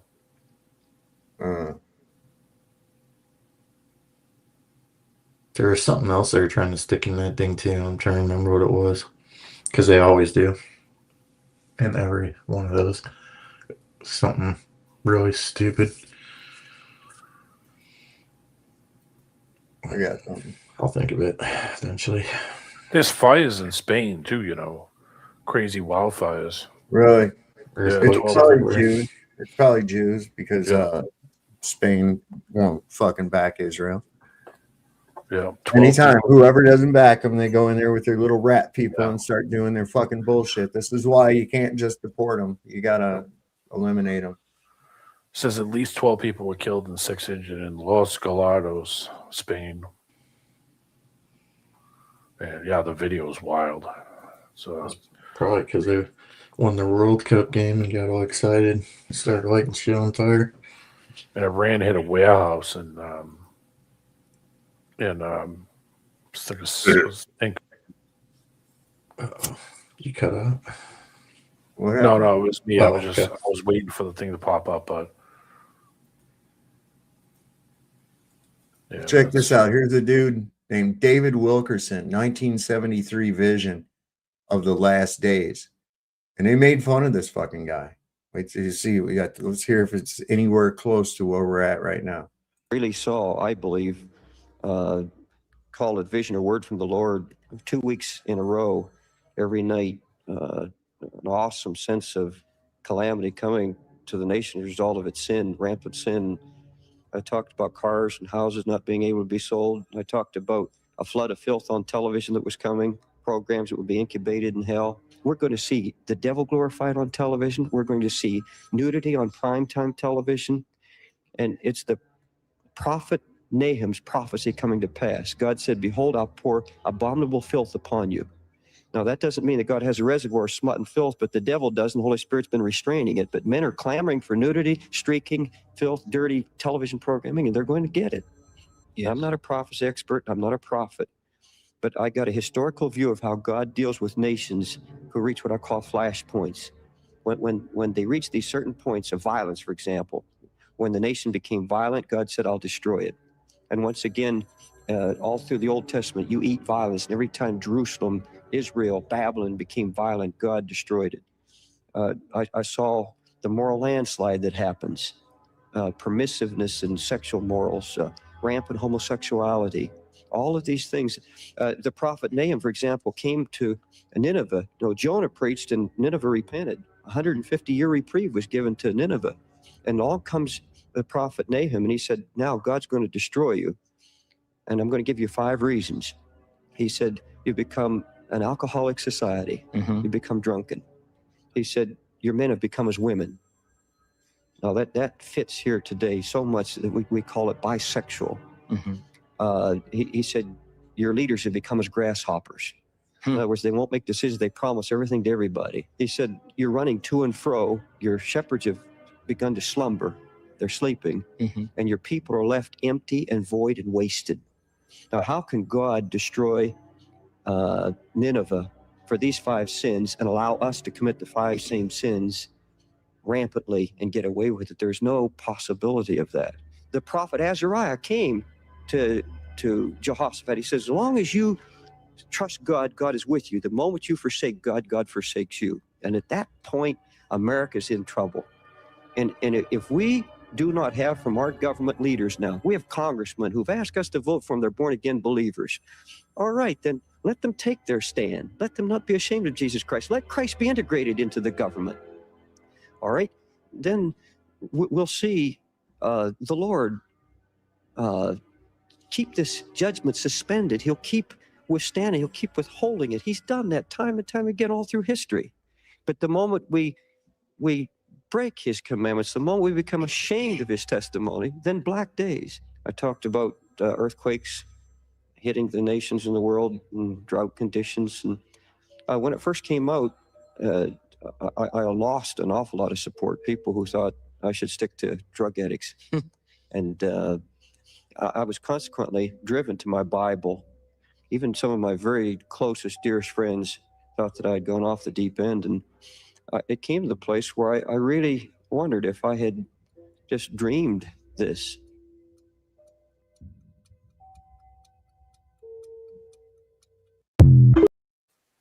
Dude, yeah.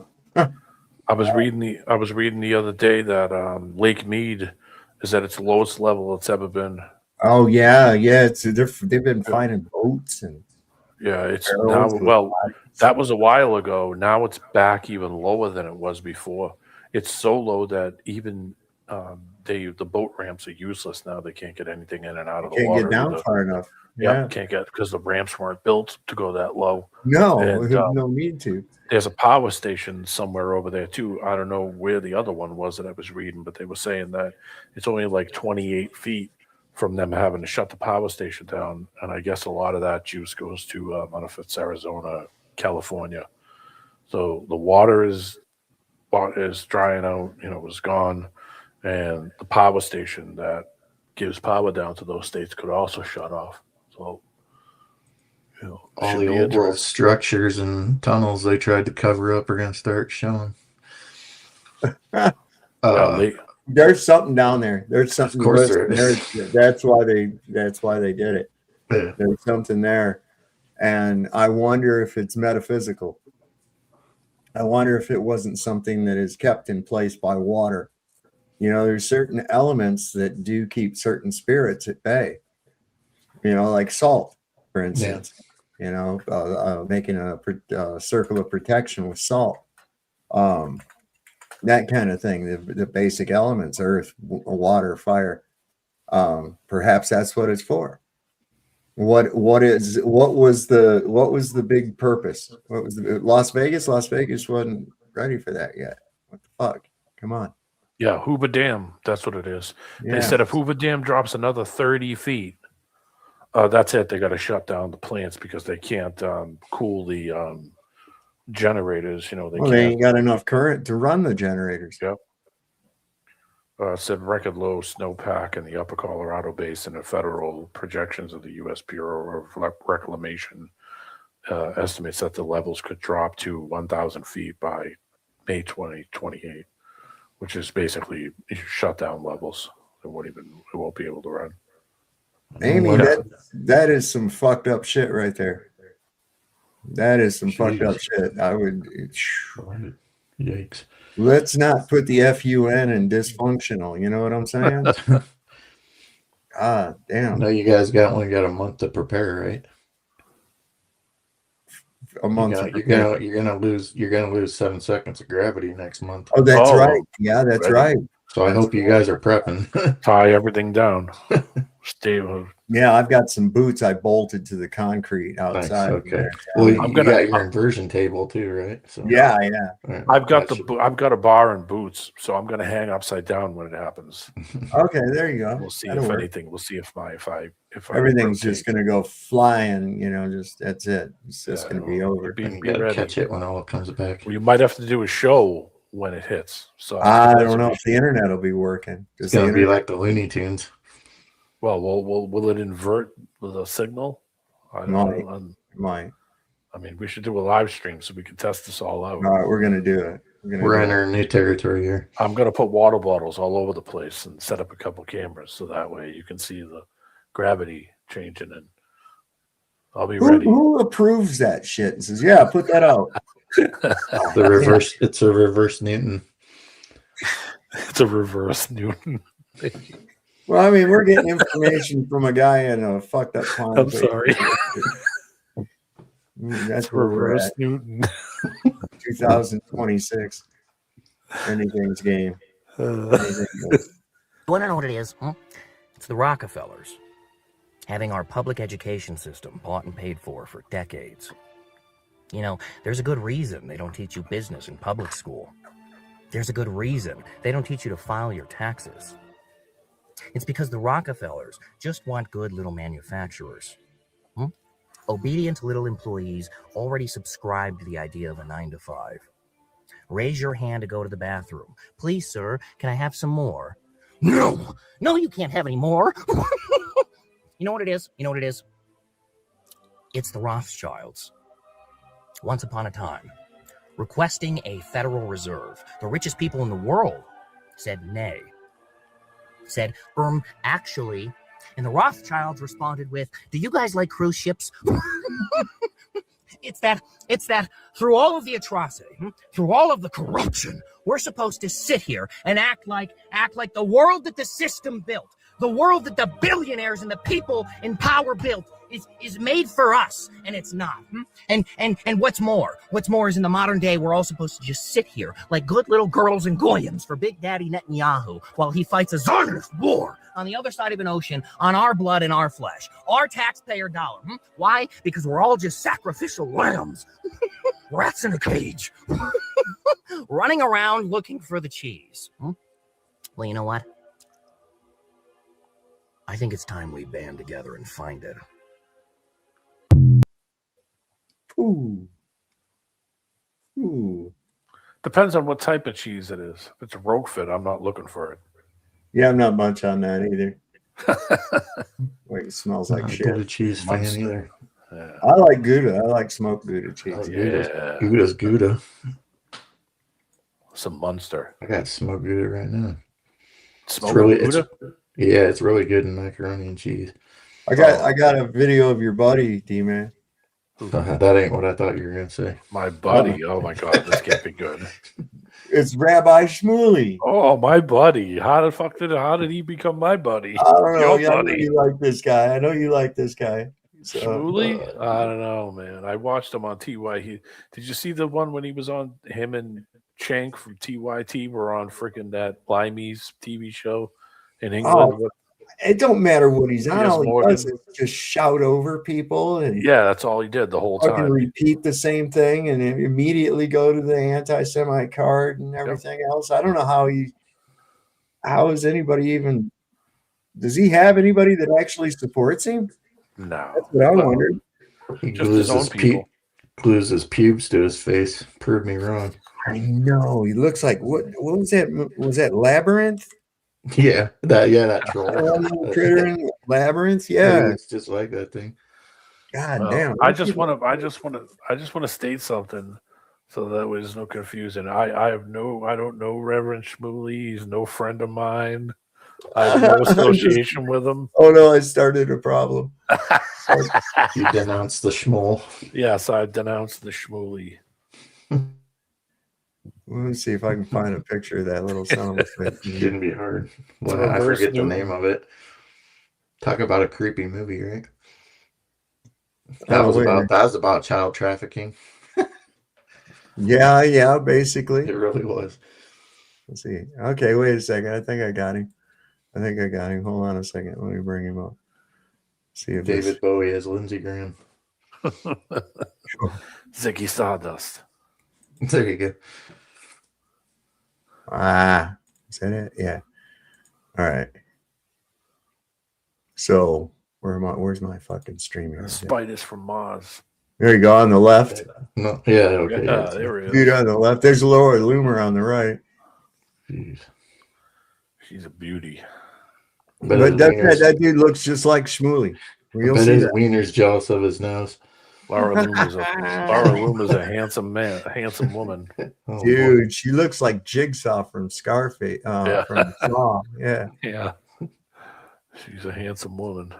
Anyway, watch this real quick. Oh, wait, are you Rabbi Shmuley? I am. You're on a live stream, though. That's on a awesome. live stream? No. You're going to say something nice or you're going to say something bad? I think you're a fucking loser. Oh, good. So it's live. And Say it. you're a Good. power broker for Epstein. Good. So see you. No, good. You got it all. later. And I got star stuff. I got everything about you. Kind of look at this. This is what we think. Here he comes. He's gonna follow you the whole time. Live stream being watched by thousands. What a fool. He's like one of them little burrs that you can't get off of you. Yeah. You know, you pick it loose from your clothes and try to throw it, and it sticks to something else. You know what I'm saying? He just they always catch him on your socks. Yeah. Oh my God, this guy. He doesn't want anyone to see his face. Rabbi He doesn't want Shmuley. anyone to see his face. Walked over to me, attacked me, called me vile, anti-Semite, Jew hater, another anti-Semite, another Jew hater, another Jew hater, another anti-Semite, another Jew hater, another anti-Semite. Just smiled, disgusting, vile Jew hater. And look at this guy. Rabbi Shmuley. What did you do to your arms? Go get therapy. That's dangerous. I don't want to see you die, God forbid. Look how many times he sliced himself. It's Rabbi Shmuley. Rabbi Shmuley do you know who he is? You should look up the photo of Cory Booker on his back, the U.S. congressman. Go and invite other people to hate Jews as well. Can I have a piggyback ride like Cory Booker? Let me get a piggyback ride like Cory Booker. You're a power broker for Epstein. See what happens. Ladies and gentlemen, everyone who's watching this live stream, I'm sitting here in a new park. This anti-Semite just walked over to me. I'm not an anti-Semite.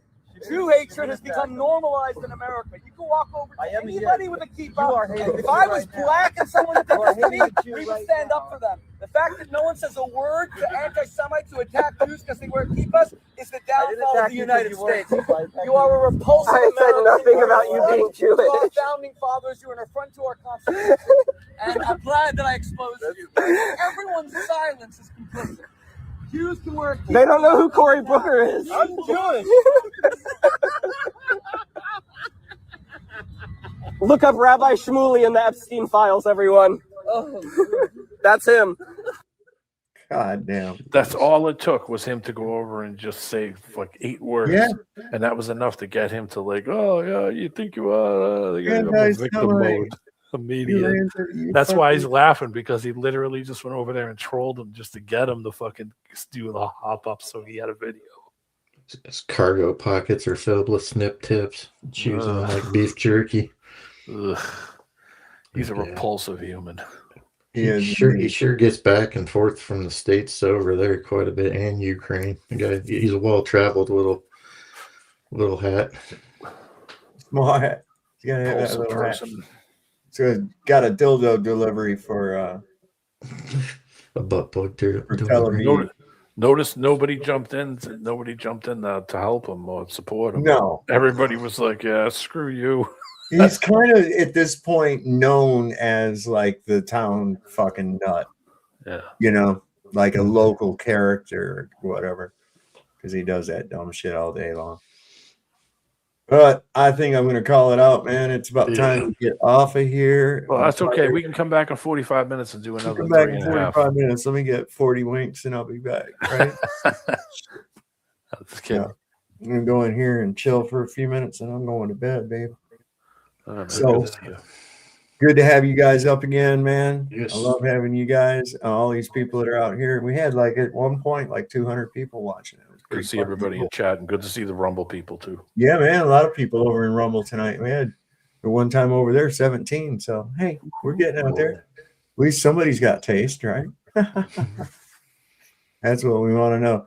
And you know, the people that got that have that taste, they know that the Lord loves the working man. And don't never, ever, ever trust Whitey. See your doctor, get rid of him because he'll probably kill you. And it's always better to shit in the sink than to sink in the shit. We'll see you next time, folks, on Sovereign Soul Unchained Mind. Good night, everybody.